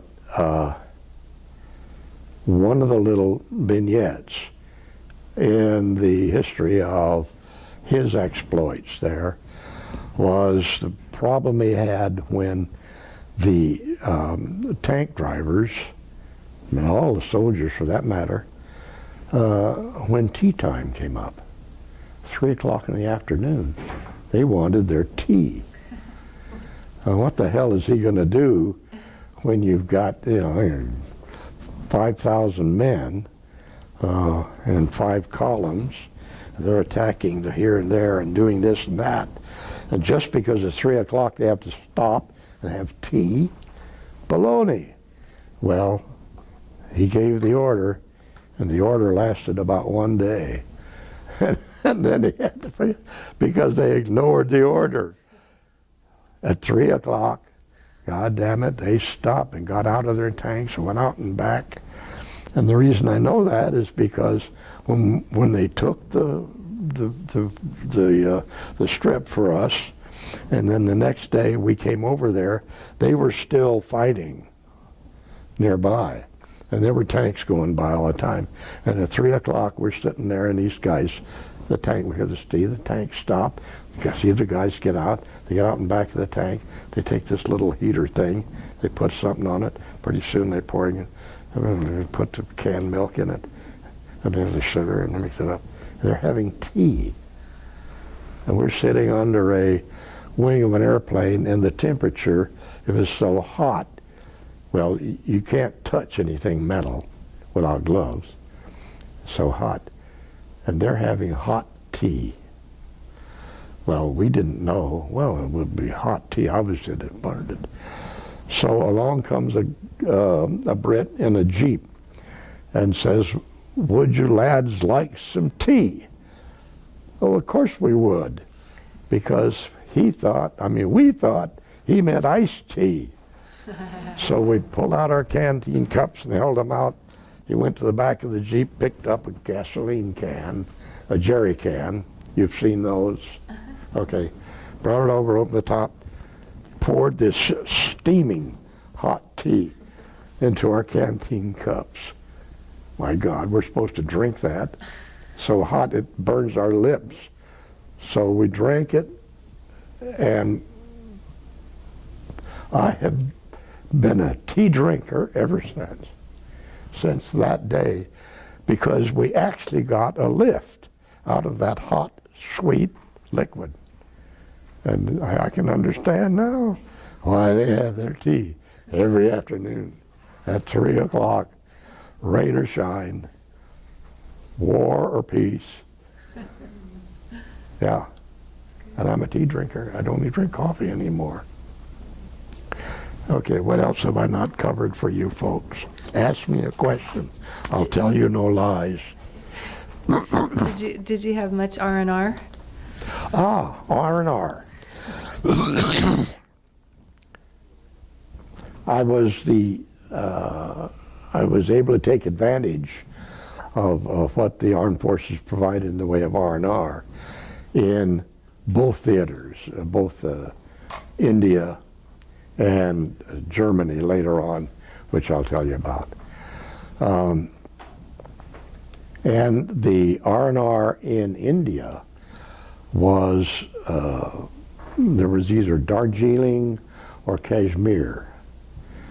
And I don't know why we chose Darjeeling, because Kashmir was much more, I don't know, upscale. They had houseboats on the big lake there with houseboats. And for military service, you go up and you could check out a houseboat and spend a week or two on a houseboat on the lake in the Himalayas. Okay, Darjeeling, I know it was my pilot. He was interested in Darjeeling tea. Darjeeling is one of the brands of tea that very famous, popular, much in demand. So we wanted to see where they grew Darjeeling tea. Okay, how in the hell are we going to get to Darjeeling? Here we are in Finny. Well, okay, let's take R&R to Calcutta, find some, could be, it's at Darjeeling, we knew there was a resort up there. That's why we had the choice to go there. So we knew there'd be ways to get there.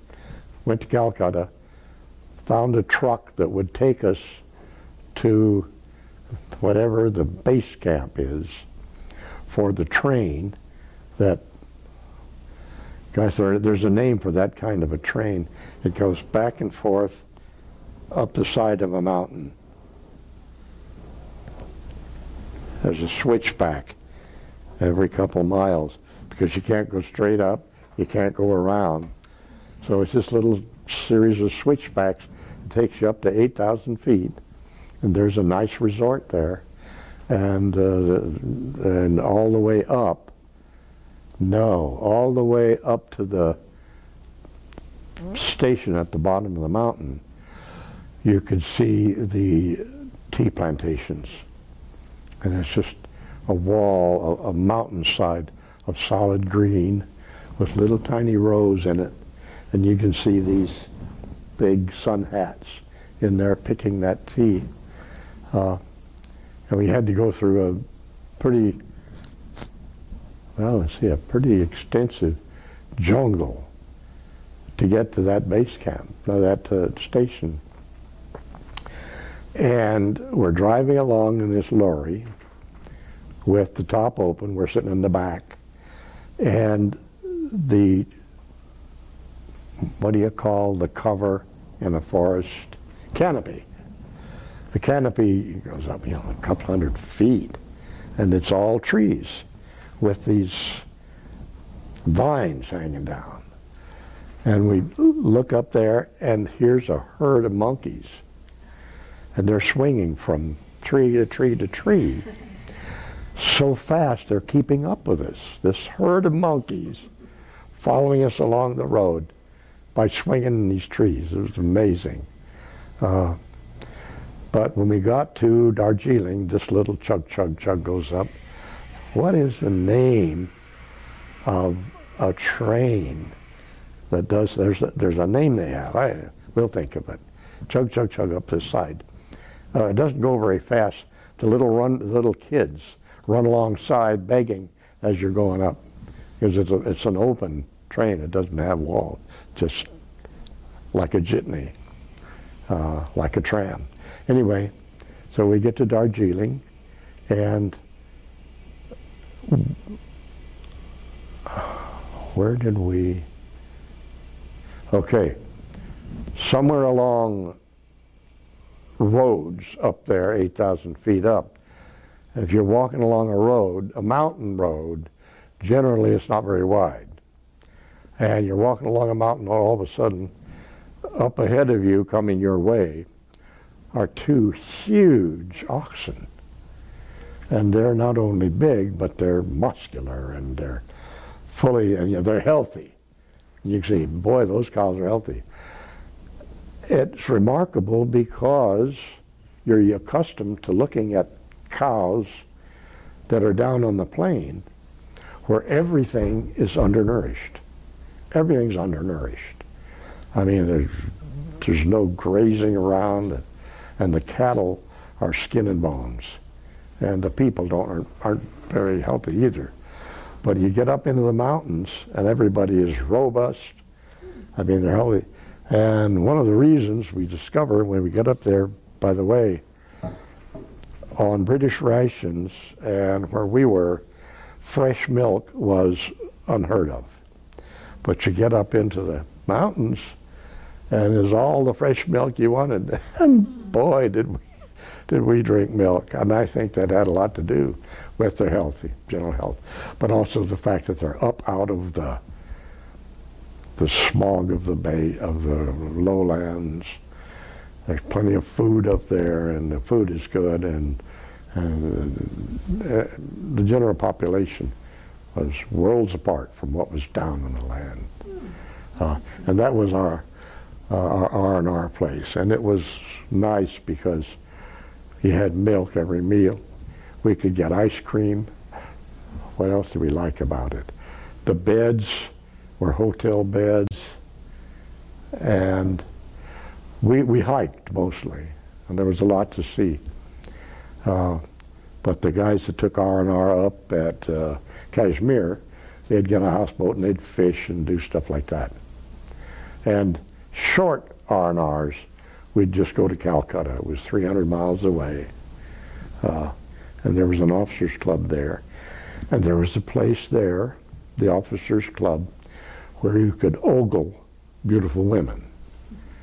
Not many places. There wasn't a white woman within 300 miles of our base. But in Calcutta, there were British wives, British and American Red Cross and other kinds of NGOs, and Anglo-Indians, which were the children, the daughters of British officers, soldiers, and Indian women. And that's a combination that makes very beautiful women, believe me. And we'd go to the officers club and just get, do you remember, well, you heard, but I don't think you would, but there was a movie star named Dorothy Lamour. I've never seen her. If you ever see any pictures of her, she was beautiful. And there is a Yiddish word for a certain amount of weight that a woman is carrying that makes no sharp angles. Everything is smooth, her shape. It's just, well, there are all kinds of beauty, and men really appreciate that. We call it eye candy for a good reason. But the officers club, which has a big dance floor and bar and everything, would just be full of these gorgeous women. So we'd go just to ogle. And that was our R&R until we left India.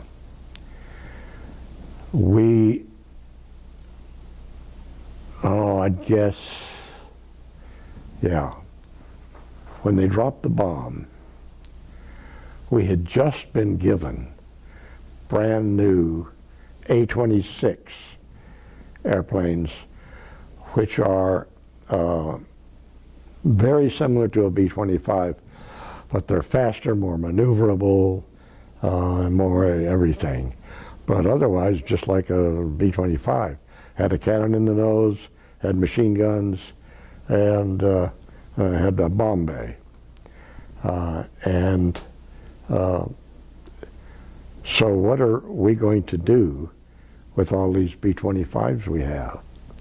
Well, before they dropped the bomb, they gave us the new airplanes because our B-25 were worn out. And Douglas Aircraft was manufacturing all these A-26s. You know, we got to get them out to where they can shoot at the right people, right? So we were given these A-26s, and they hadn't yet dropped the bomb. and we were going to have to invade Japan, and everybody was pretty aware that was going to be a pretty costly operation, right? Because to get to the beach, naturally Japan had fortified their beaches with lots of gun emplacements, just like they had in Normandy on D-Day. Well, we learned a hard lesson on D-Day, that you've got to wipe out those gun emplacements, or you just lose too damn many men if you don't. So here's an outfit that's sitting over there in India with 106, I think that's the number, brand new A-26s. So we want those guys to learn skip bombing. And we want them to learn it good, because their job is going to be skip the bombs off the beach into the gun emplacements. Blow up the gun, whatever they called them. And that was our job. Okay, to do that, you got to get good at skip bombing. Again, our pilots, I think, were so damn good. But we got to the point where we could put a bomb into the door of an outhouse, because they'd give us a target, which was a cloth sheet hung between two sticks, and we had to hit that cloth sheet. And it was about as big as that counter there. And we got to where we could hit that. And then they dropped the bomb. Here we were. We were so good we could drop a bomb through the door of an outhouse, and there's no war anymore. But everybody believed me, we were relieved, because we knew that what we were going to be doing is flying down the barrel of a bunch of guns. So we knew that our chances weren't going to be all that good either. So we were pretty relieved when they dropped the bomb. So we just sat there waiting for our orders to go home. We got the orders, and they were to take our airplanes to Munich, Germany, and then await our further orders there to go home. It's my son. He can call me later. Sorry for the interruption. So they said, take your airplanes by the most expeditious route to Munich, Germany.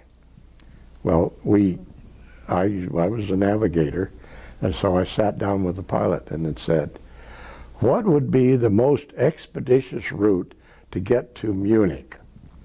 Okay, we're in this part of India. You got to go across India and across a bunch of desert and then up into Europe. Okay. Well, we're here, and our first stop would be here. That's Karachi. But up here is Agra. What's up at Agra? The Taj Mahal. Would you like to see the Taj Mahal? Of course. Well, then what the hell? Our first stop will be there, then we're here, and then on the way to Cairo, would you like to stop at Jerusalem? Of course, because of hell. See Jerusalem. Fat chance when you got there, nobody was landing at Jerusalem, because the Arabs and the Jews were at each other's throats. Okay, so then what does our next stop be? Well, what's between North Africa? Well, we'll have more time this time, so we stopped at Cairo and saw the pyramids. And what else? Okay, let's see. There's nothing at Benghazi or Tripoli. Who the hell wants to see that? How about Naples, Italy? That's where Pompeii is, isn't it? Yeah, okay. Naples is our next stop. Okay, so from Naples, Well, we gotta go to get to Munich. Well, we could go right straight from Munich over the Alps to Munich, from Naples to Munich, or we could just go by way of Paris. So we went by way of Paris, or we stopped there for a while, and then flew on to Munich. Nobody cared how long it took. If we'd had to get authorization to use that much gasoline extra, maybe somebody would have said, hell no, go straight there. But we didn't have to do that. When we got to Naples, our object was to get to Pompeii. Well, I don't know how far it is, maybe 5 or 10 miles or so. How the hell are we going to get to Pompeii? And how are we going to justify an overnight stay here in Naples so that we can? So what a pilot does before he takes off, he starts his engines, and then he gets to the end of the runway. Before he takes off, he tests the mags on his engine. Now, how do you test the mags? You run the engine up full speed, one at a time, and there are 2 mags for every engine. You switch over to one, you switch one off, and if the engine drops too many RPMs, that means that your plugs are getting fouled up. And it's not safe, because when the plugs foul up, an engine can stop, die on you, and that means you can crash, which nobody wants to do. So once you test your mags, if the RPMs don't drop, you can take off. If they do, you taxi back around and you find the crew chief and you tell him the plugs are fouled. Okay, so he taxis around, find the crew chief, tell him plugs are fouled, you're going to have to change them, and where can we stay? Oh, you can stay over there at the officers' club, officers' quarters. By the way, do you know where we can borrow a Jeep, get down to see the site? He said, sure, that's my Jeep over there, take that one. So we took the Jeep, drove down to Pompeii. In those days, it wasn't a tourist attraction.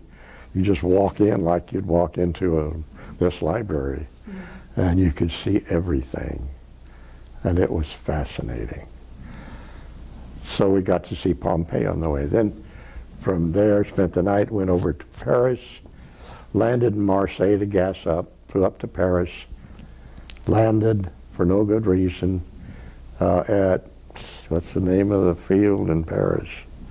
Anyway, landed there, gassed up, went into town, saw Paris as much as you can see in a couple hours anyway, and then flew on to Munich. And at Munich, turned over our airplanes to some official at the air base.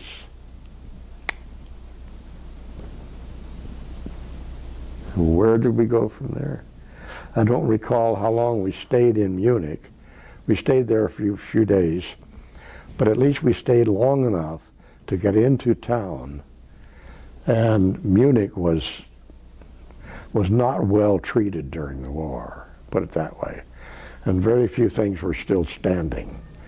But standing in the middle of town was this huge clock tower where on the hour, the mannequins or whatever it was that were on a carousel came out of one side of the clock and went around to the other side. And boy, that's something really.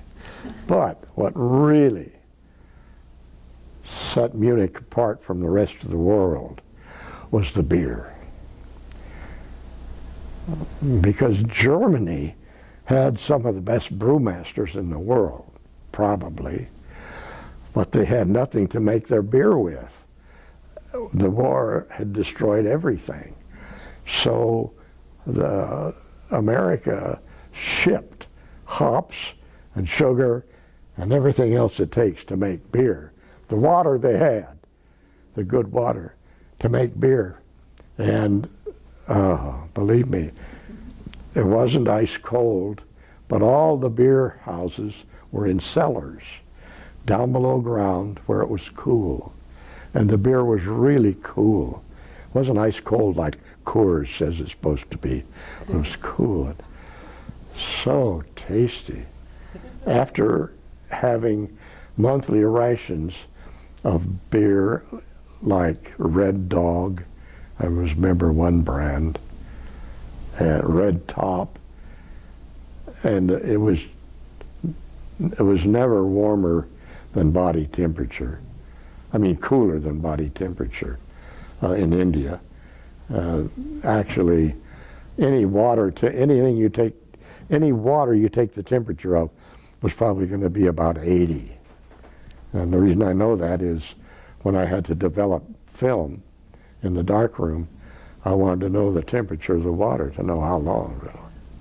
And it was typically 80, water up out of the ground. But in Germany, the cellars were cool, and the beer was cool, and the taste, I've never tasted beer like it. Well, anyway, that was Munich. So we were there a couple of days, and they took the crew and they just scattered the crew all over Germany to places where the people at that base were rotating out, and they needed somebody to fill the place because they were still operating. Where they sent me was to a base that was in the process of pickling U.S. Fighter aircraft, which means to pickle them. I don't know what they did, but I think practically stripped the thing down, engine and everything, and packed it in such a way that it's going to be fresh and clean when they unpack it. And they called it pickling. I never watched them do it, but that's how they described it. So I'm assigned to this base, and I arrive at the base and I asked the CO, what do you want me to do? And he says, well, we lost our PX officer, so you're the PX officer. Okay, what the hell does a PX officer do? Well, he runs the PX. So at that point, I found myself in almost in the grocery business, because every month you had to take inventory and order from the central warehouse what you needed to restock your inventory. That's what a PX officer does. So what kind of inventory did we have? Well, candy bars, shaving cream, razor, blah, blah, blah. And in the back room, the stuff that nobody ever bought, coffee and sugar. And the Germans outside hadn't seen a pound of sugar in, what, 5 or 6 years. Hadn't seen a pound of real coffee either. And here I am in the room, coffee stacked to the ceiling and sugar by the case. And I thought at the time, on the black market, I know there's an active black market, you can imagine, in Germany, throughout Europe. And one of the fellows in our squadron at that time that I met pretty quickly was named Burl Carey, C-A-R-E-Y, Burl Carey. He was an operator, and he talked the commanding officer into loaning him a 6x6 truck and giving him some orders, cutting some orders to go to various places for some kind of official business, right? And then he had each of us, he told each of us, here's what's the name of the town where the Hohner accordion and mouth harp harmonica. I'll think of it in a minute. He said, hey, here are accordions and harmonicas. I'm going to Belgium, and here's where they make that really good crystal called St. Lambert's, Val St. Lambert's crystal. And here's where they do this, and here's where they make, and here's where you can go to get scotched, which is and how much do you want? Well, I'll take $100 worth of crystal and a couple $100 worth of accordions and harmonicas, because I always wanted to play the harmonica and I always wanted to play the accordion too. Well, each of the guys gave him some orders, and he was gone for probably 2 months. And he came back and he started parceling out the stuff that we'd ordered. The harmonica he brought for me was, I don't know how harmonicas are graded. You know, there's probably a deluxe and a super deluxe and an extra deluxe and an ultra. But this one was called the Verity 3B. Verity 3, and you know the sign, B flat sign. And he said, the guy told me, he says, that's the top of the line. And oh boy, I'm going to learn to play the harmonica, right? Right. I'd never played an instrument in my life. I could play a jaw harp real good. But there it sat in my bedroom, among the other stuff that a person accumulates. And we would occasionally get together with 4 or 5 guys in the room because it was quieter than the officers' club.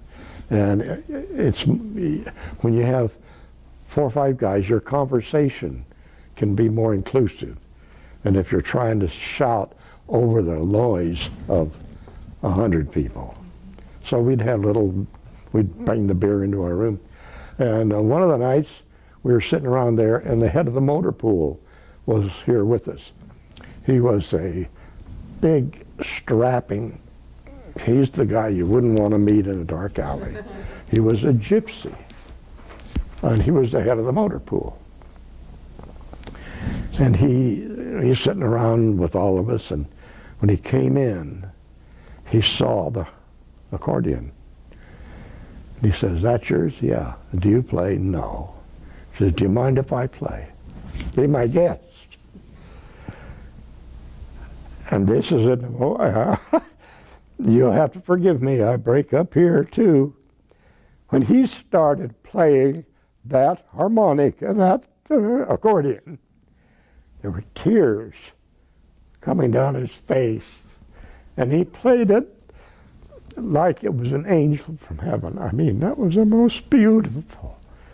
You know, I've heard accordions before, but I've never heard anything that beautiful. So I said, "Please take it." He did. Well, he was the head of the motor pool, and I was driving this dumpy little Buick Opel. And he said, "You know, that thing's no good. And it got a broken axle just recently, and I don't want you driving it. I don't feel safe. I've got another car I want you to drive." So he said, "Here it is over there." And you've seen the pictures of Hitler and his henchmen in parades, driving these great big long Mercedes open touring cars. It was one of those. Wow. And so I was there for probably another 2 months, and I drove the same route like I was some goddamn Nazi. Anyway, that was fun too. But I never regretted giving that $250, which probably was really on a U.S. market. I have no idea how much accordions cost, but if it's the top of the line, and Hohner, H-O-H-N-E-R, was the factory that made it, made the harmonicas too, was regarded as the top in the world, it had to be good. But I don't think I paid more than $250 for it. Anyway, I never regretted that, ever. I wish I could remember his name. Okay, I told you about event space, and I told you about the night landing with it. I tried a dead pig stick. Can you skip on me? How did we get to Munich? I told you that. Well, the little town that they assigned me to, where they're doing the pickling, was called Furstenfeldbruck. Furstenfeldbruch. Furstenfeldbruck. And it wasn't a very big town. It was outside a larger town called Firth, F-I-R-T-H, which wasn't that far from Nuremberg. So while we were there, we did get to go see one of the days of the Nuremberg trials. That was very boring. Okay, oh, I have to tell you about coming home. I will say this for America. During World War II, they knew how to take care of their boys. Okay, so when it came time, finally came time to come home, we were traveled to by train from Nuremberg to Le Havre. No, wait a minute, no. To Paris. And they bivouacked us in Paris until there was going to be a boat ready, because we were going to go home by boat. So they put us into Paris, and we had nothing to do in post-war Paris for about a month and a half. Can you imagine? So you normally in a military group, you round up a bunch of buddies and you kind of pal around. I was the only one who could speak French because I'd taken 4 years in high school and already taken almost 2 years at UCLA. And the reason I took it was not because I loved French so much, but because for some reason I was able to pronounce French words, and I learned how to conjugate verbs, and I always could count on getting an A. And when you get an A at college, you take it, right? Anyway, I could speak French, none of the other guys could, so we all palled together. One of the guys was pretty well fixed financially. I don't know why. I heard his mention his dad a couple of times. But he got a room at the Hotel Georges Cinquième, Hotel George V, which was the hotel in Paris. And he had a suite there. And we had a lot of good times in that suite. Hotel Georges Cinquième. But when they told us our boat was going to be there, we took a train to Le Havre, which is a port somewhere on French coast, and they put us up there another couple of days while the boat got ready. And that's when we learned how to freshen up stale donuts, because the Red Cross supplied us with donuts, but they were always stale. And it was still winter time. It was March. It was just the beginning of April. And it was cold, and I don't even think we ever saw the sun while we were in France, the whole time we were there. But it was cold and foggy and unpleasant. And so coffee and donuts was kind of a good pleasure. But then, as I say, they were always stale. Well, they always had a heater, steam heat, in the waiting rooms where we had to wait. You've seen steam heaters. We don't have them in California, but it's a funny looking thing with a bunch of sections, and it gets hot.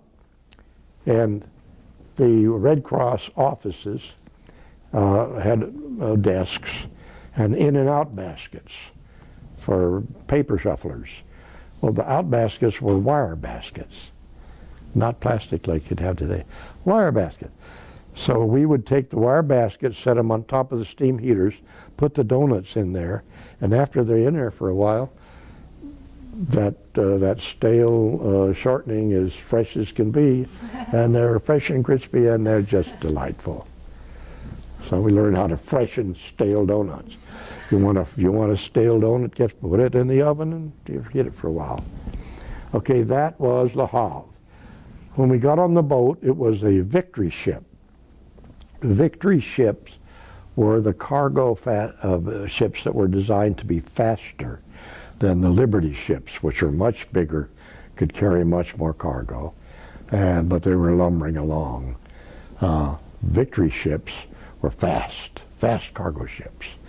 And he announced over the PA system, when we got aboard and ready to weigh anchor, he says, "We are going to set the record of Le Havre to New York, by God, on this trip." Okay. That means we'll get home quicker, right?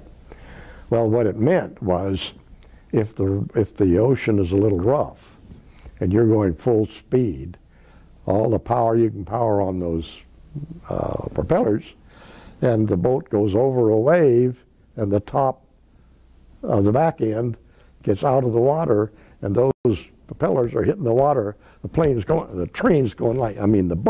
is going like this all the way. Well, but only when it gets over the top, the crest of a wave. Well, that was all day and all night. I felt so sorry for the guys down below.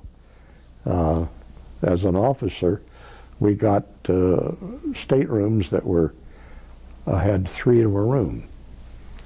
But the enlisted ranks were quartered in the lower levels where the bunks were stacked 5 high.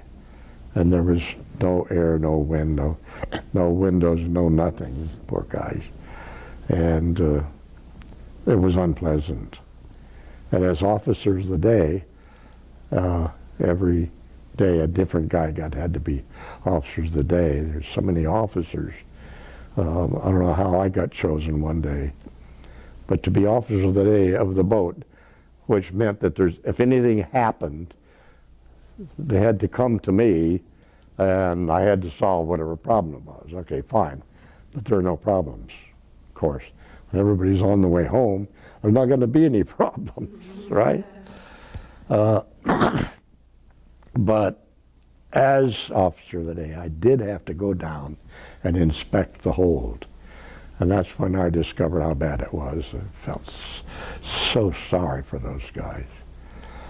So for that reason, many of the soldiers, me included, spend most of our time up on deck, on top deck.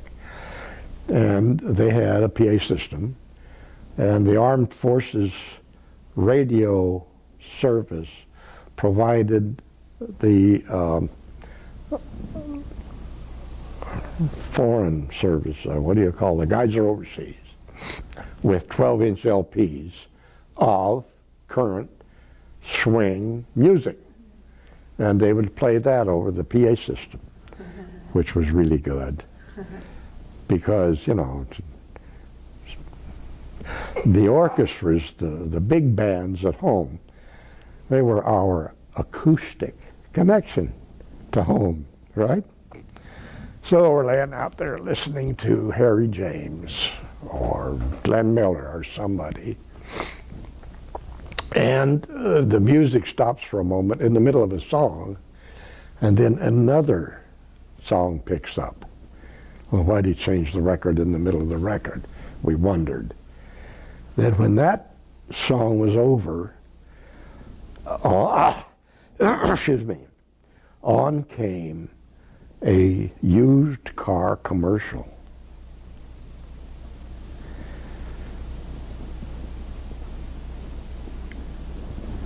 That's a radio. We are close enough to home to pick up a radio. Oh my God, you should have heard the cheers. Scream, oh, got a radio, boy, we're close now. And sure enough, pilot said, yeah, the captain said, yeah, we'll be home tomorrow. So you pull into New York Harbor in the daytime, and there's the statue there, and all the guys are hanging around on the rails just watching. And in the harbor, here comes the fireboat, spraying its hoses, and he circles our boat, you know, shows us, and then here comes a boat that, what I guess you'd call a ferry boat type.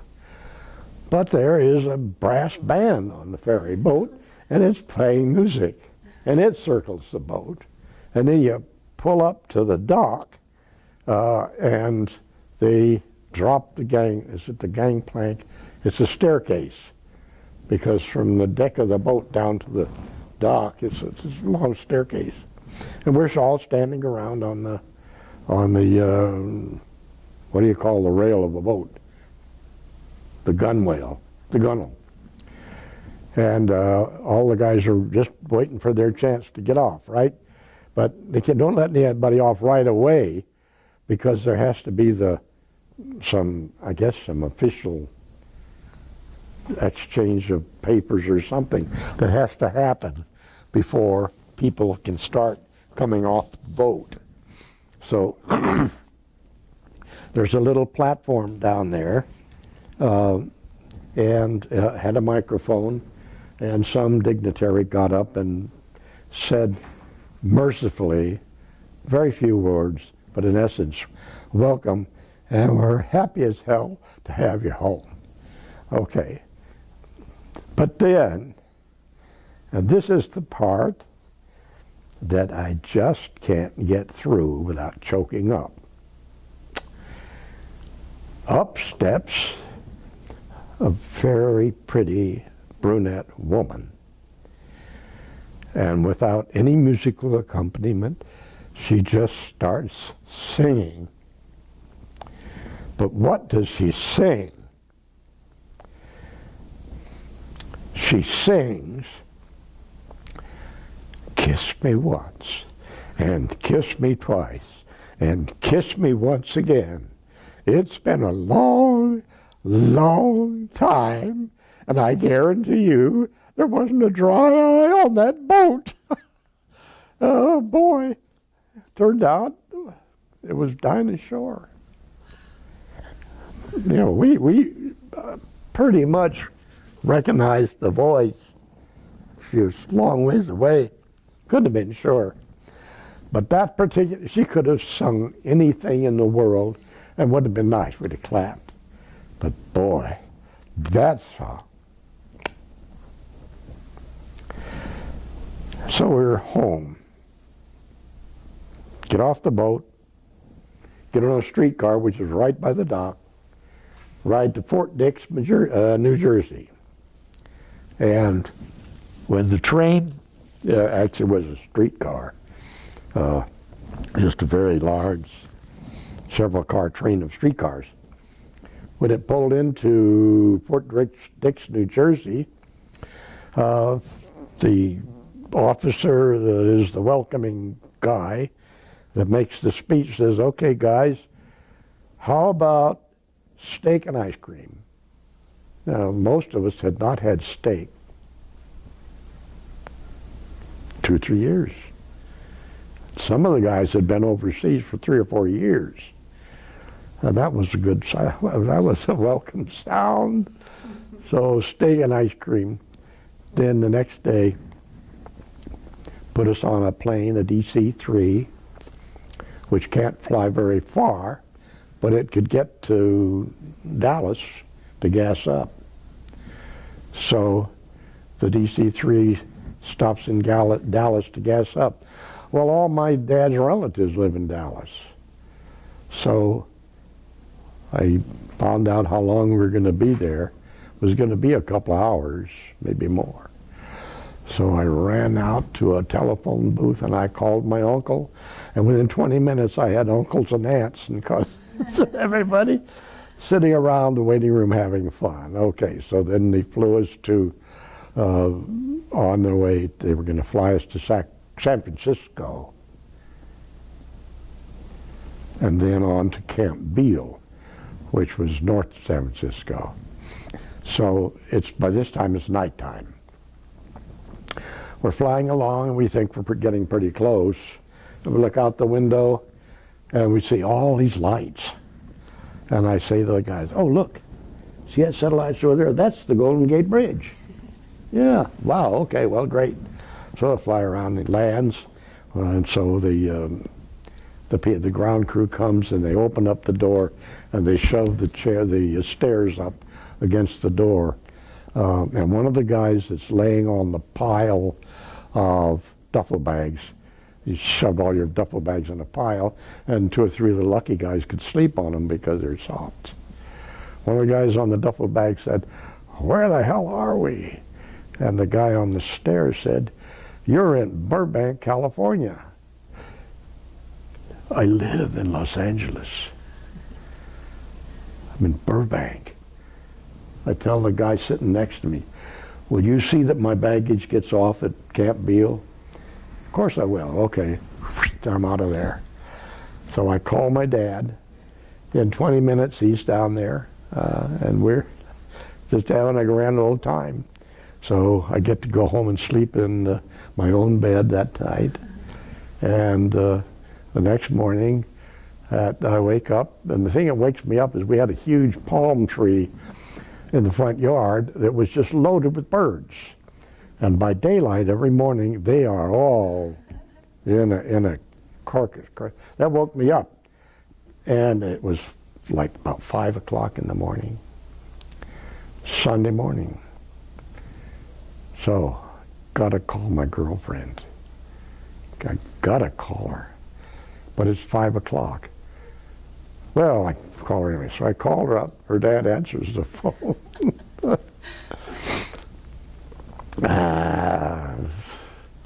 Told him I was going to come over. He said, "Do you realize it's 5 o'clock in the morning?"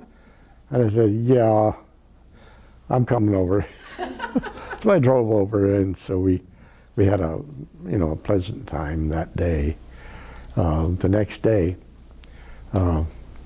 we had to get up to Camp Beale because they're waiting for me to muster me out, right? So my dad and I take the family car, hit the road, and when we get to Camp Beale, it's a military base with a guard at the door, at the gate, and nobody goes in unless it's, okay. So I'm driving, and I'm still in uniform. So the guy salutes, and I tell him, my father here was in World War I. He's a veteran of World War I. Do you suppose we can put him up for the night while I'm doing my stuff, getting mustered out? He says, sure, we'll find a place for him, go ahead. So we drove to the office. He said, go ahead, go to the officer's quarters, which is blah, blah, blah. Go to the officer's quarters, and each building has what's called a CQ. What's that? Oh, that for us or somebody else?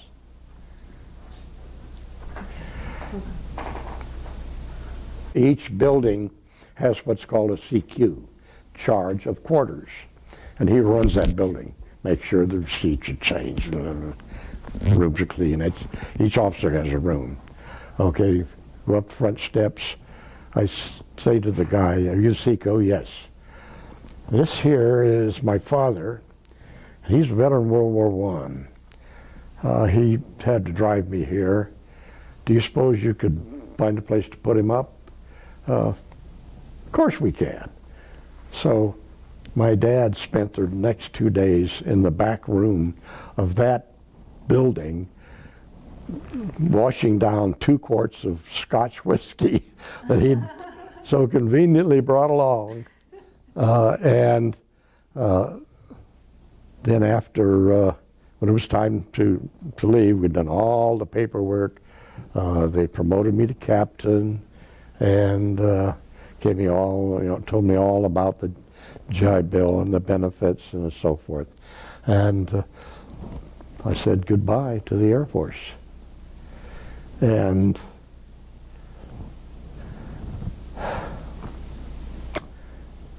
I have to say, I'm glad I was able to fly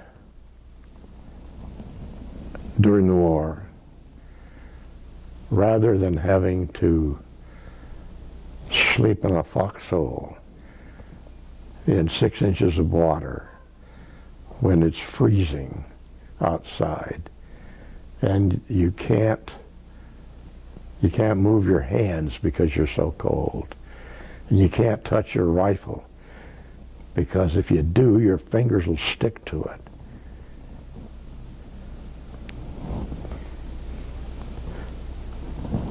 But millions of our guys did that,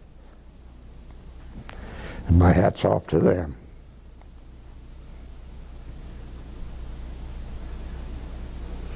What did you end up doing in the days and weeks? Well, the first thing I had to do was to get home and make plans to get married, which we did, and then get married, and then finish my education, which I did at UCLA. And there, you learned pity for the students who had not been in the service, trying to get their grades up in classes that graded on a curve to meet the grades that the veterans were getting, because they weren't there just to have a college experience. They were there to get their diploma and get out. And they were there to study. And I had a job at the time that kept me busy till about midnight. And I would come home midnight. My wife, who was working that time, full time, would be asleep in bed, and I would do my homework. And I would do it religiously, and so I got good grades. And I was able to carry a heavy schedule. As a matter of fact, my typical schedule from the time I went back into school until the time I got my diploma, I didn't graduate with the class because I finished 128 grade points, or points, whatever, in a year and a half, including some credits I got for learning astronomy and geography at that college training detachment. So I got a lot of credits that I didn't have to take at UCLA. And I started back in school I took the summer off, got home in April, married in June, took the summer off, started back at UCLA in the fall. That would have been September or October. And I went straight through that semester, that next summer, that next semester, into that September. So that was what, 2.5 years? And I had started when I was 1A in the draft, knowing I was going to get called up any day. My grades, I went down 11 grade points in a semester and a half. Now you're supposed to go up 11 grade points in 2 years. I went down 11 grade points, so I had to make those up. Which, when I got back, I made them up in the first semester because I carried 22 to 24 units every semester, which the counselor said, well, it's a lot of units. And I said, yeah, but I know that's subject backwards. And that's French. I'll gain an A in that. Oh, okay, well, you can carry it. So I did. A couple of courses I didn't get an A in. I think I got what was it? Business law. I don't think I did too well. Statistics, I know I did terrible. Physics, I did awful. But everything else I did well. And so when I got ready to get my diploma, it was time to get a job. The Prudential Insurance Company of America had just opened an experimental home office, which was to be a regional home office, to take the load off of the main home office, which had something like 40,000 employees in one square block of office buildings. And so they felt it would be more efficient. Oh, and the typical policyholder file was about that thick. Papers, because different sections of the company had to make different decisions about what to do about this or that policy. It involved generally a piece of paper. So they wanted to see if having a smaller unit can work better, more efficiently, and boy did it, I swear. Such a difference. Our typical policyholder file would be about that thick. And we could process a case, whatever it was, a claim, disability, change of beneficiary, anything. We could process those things like overnight, whereas Newark, the home office, sometimes took a week or 2 weeks, just because there's so many people it had to go through. We combined all those jobs into one. And the regional home office theory proved out to be effective. In a couple of other ways too. Our efficiency was such that we could get work done quicker. But our sales force, being as far away as it was from a home office, just never seemed to do as well. So one of the jobs I had immediately was to process and bring up to date the backlog in the employee suggestion system. Prudential had an excellent system. If you made a suggestion of any kind, you'd write it down on a suggestion sheet, you'd drop it in the box, and that suggestion was processed. I mean, it was referred to the people who had to decide whether it's a good idea or not. And they had no choice but to report on that suggestion immediately. They couldn't hold it and consider it and figure it. Well, that was the home office. In the regional home office, they never assigned anybody to the suggestion system. So by the time I got there, they'd been open for a few months, and they had 300 suggestions that had never been processed. So the boss of the division I was put in said, "Here's Sos, you do the suggestion, bring them up to date." Okay. I went and looked at the drawer. The drawer was full. I said, "Okay, boss, I want everybody in the department to work on nothing but suggestions until they're all processed." Okay, they did it. Everything was up to date within 2 days. Well, we wanted participation. So I developed a couple of little campaigns to get people to make suggestions. One of which was, in every elevator lobby, I got some footprints and pasted footprints to the door, from the door of the elevator over to the suggestion box. And then, oh, gee, that's pretty good. Suggestion participation went way up, and besides the fact that they were being processed and up to date, more people who had lost interest regained interest. And this suggestion system got pretty dynamic. And so they came to me one day, said, "You're so good at that, we want you to move to our sales promotion division, where you can improve sales." Okay, well, what am I going to be doing? Well, you'll be designing motivational literature and sales things and programs and so forth. Anything that'll make an insurance salesman sell more. Okay, how the hell am I going to do that? Well, they said, "You're entitled to an assistant." Great.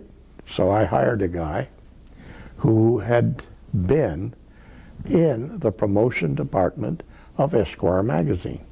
Just happened to have been. And he was Jewish, and he had just moved out from New York and was looking for a job. The two of them had been injured in an automobile accident, and his wife was still in the hospital, and so there was a lot of complications and things. But he was the most creative guy I've ever known in my life. Between the two of us, we were able to develop sales promotion programs that the first year we worked on it put Prudential's Western Home Office first in the country. And from that time until I left the company, I don't know how, 6, 7 years later, they were first. Because of the programs, the sales. I don't know how we got the guys to be excited about selling, but Leonard, who was my associate, his mind, he just thought of ideas and things. And the stuff we produced was damn good. I wish I'd saved more of it, but it was good. I'll admit that, because the rest of the guys in the company told me.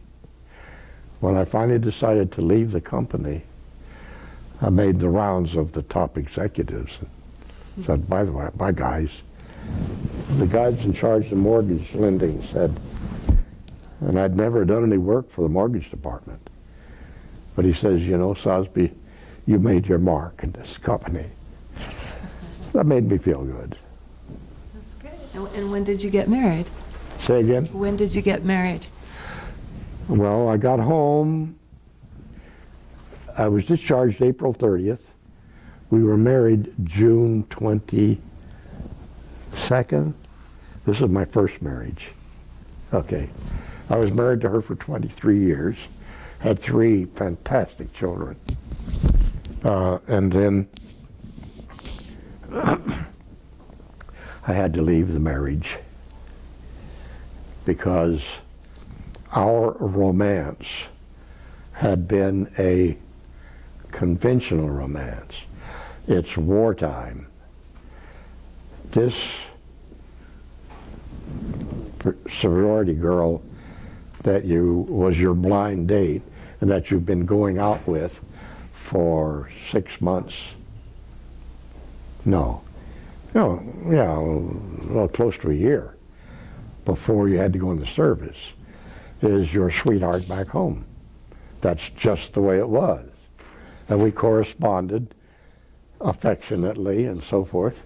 And toward the end of our, when I was getting closer to knowing that I was going to be coming home someday, started talking about marriage, because that was the program.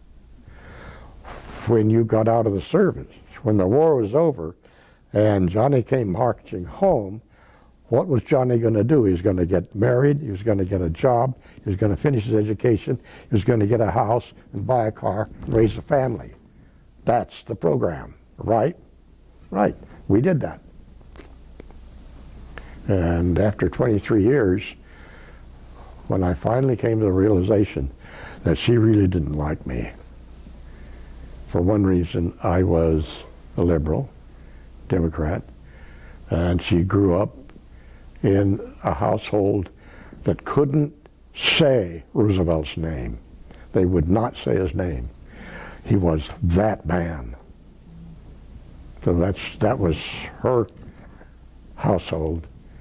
And here I was telling them on the eve of the 1948 election, when they were already celebrating that Dewey was going to get elected, when I told them, look, I don't think he's going to, I think Truman's going to make it. And that was at a dinner one night before Election Day. And when I said that, you could have cut the air with a knife in that room. And the next day they showed that big bannered Dewey beats Truman. Anyway, Dewey was a better campaigner. What else? Was it difficult for you to readjust to civilian life after No. service? Oh, that's another thing I'm so grateful for, and for which I have, I just can't say how much admiration I have for the guys in the infantry. And then later wars like Vietnam, for crying out loud, and Iraq and Afghanistan. You know, we occasionally would have a guy go off the end. In our squadron, there was a guy who at one point just stopped being there.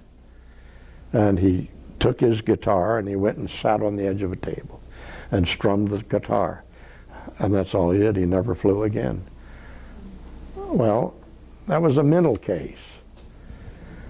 We hear about the Wounded Warrior Program,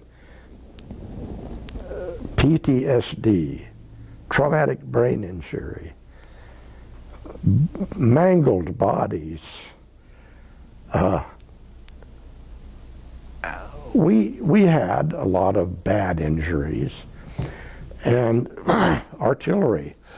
If you were a soldier in a foxhole and you come under an artillery barrage, the artillery shell doesn't have to hit you to kill you. It doesn't have to even hit close enough for shrapnel to wound you. The concussion from that artillery shell blowing off hits your head like a ton of bricks, and your brain takes the same kind of punishment that a boxer takes in a boxing match, and these football players these days are taking when they get those concussions. And I don't think it's possible for us to do enough for those guys. Oh, but did I have trouble readjusting? Hell no. I had a support system. I had 2 brothers, 2 sisters, a mom and dad, who all thought I was something like a king, because I was the only one that was old enough to go in service. And there was a job waiting for me. My dad was a garment dyer in a plant that did cleaning and dyeing for the movie studios. So they always needed extra help to deliver the costumes to the force, or to help my dad in the dye shop.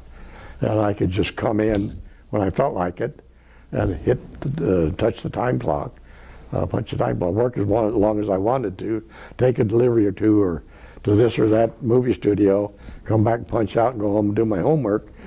And there was a bunch of hours of income that I had. That made it pretty easy on me. Besides, Uncle Sam would give me $90 a month to go to school. Right? What else? I mean, they did everything that they could do for the guys coming home. And the GI Bill was one of them. So that made readjustment pretty darn easy. As long as you didn't have your head. But we didn't have an awful lot of IEDs, that kind of stuff. Our soldiers occasionally would get subject to a artillery barrage, but fortunately I never had to. And how did your experiences in the service affect your life? My experience in the service consisted of learning how to march and shoot and navigate, none of which I ever needed later in life. But I also, I think, learned a little bit of a work ethic that I probably wouldn't have had otherwise. How much longer do we have? I was just about to ask if you have anything else you want to add. Hold on, will you? Where are you? I'm in the middle of the library. Okay. 10 minutes. 10 minutes. 10 minutes. Okay? I'll see you there. Just be patient. Goodbye. All right. Bye. That's my ride. Okay. Oh, I think, okay, here. It's what I tell young men. Go into the Army a youth, you'll come out a man. And I think I learned enough things to be mature. Mm-hmm. But I don't think well, I know for sure that the military service never had any adverse effect on me, ever, in any way. I feel very, very fortunate. Very fortunate. I got amoebic dysentery, big deal. When I came back, every time I take a physical exam, and the Prudential gives you a physical exam every year, whether you want it or not. Okay, the first one I took with the doctor, I told him, amoebic dysentery. Oh, amoebic dysentery. Well, there's no cure for that. You never get over it. You keep it all your life. Oh, really? I haven't had any evidence of it. Well, we're just going to test you anyway. So they tested me 6 ways from Sunday and couldn't find any evidence of it. So whatever protocol they used in Karachi, India, was the right one. Great. It consisted of injections of iodine into your arteries. And you were not allowed to move for the 8 days that they did that. You're not allowed to move your head. And it's a different injection site every time because they can't put it in the same time. And they don't want your heart to have to work at all when you've got iodine in your blood. And again, Army nurses. You're laying there sleeping and you feel this on your head. So we wake you up. They did that. And then they turn you over and give you a back rub. Oh my God. And then turn you back over. And 8 days of that makes you appreciate Army nurses, really. That's why they're on the top of my scale. Okay, anything else? Anything else that you want I to can't add? think of anything. Well, it's been wonderful. We really appreciate you telling your story. You were very detailed, which is what we like. I'm sorry I took so much of your time. No, it's fine. It's wonderful. I told you how I got over there, what I did when I got there, how it was like coming home. Can't think of anything else, can you? Yeah, I think we went through all the questions. Thank you so much for your time. We appreciate it. And your service. Oh, and just if you want to, what do I say?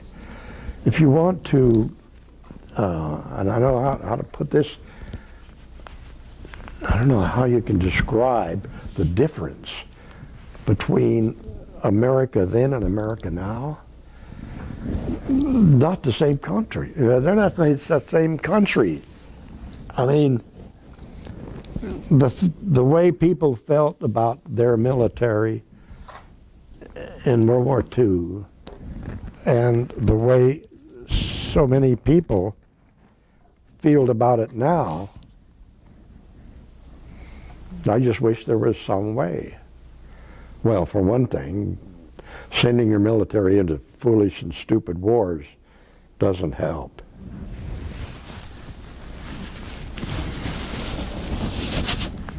Are we still on camera? Goodbye. Thank you.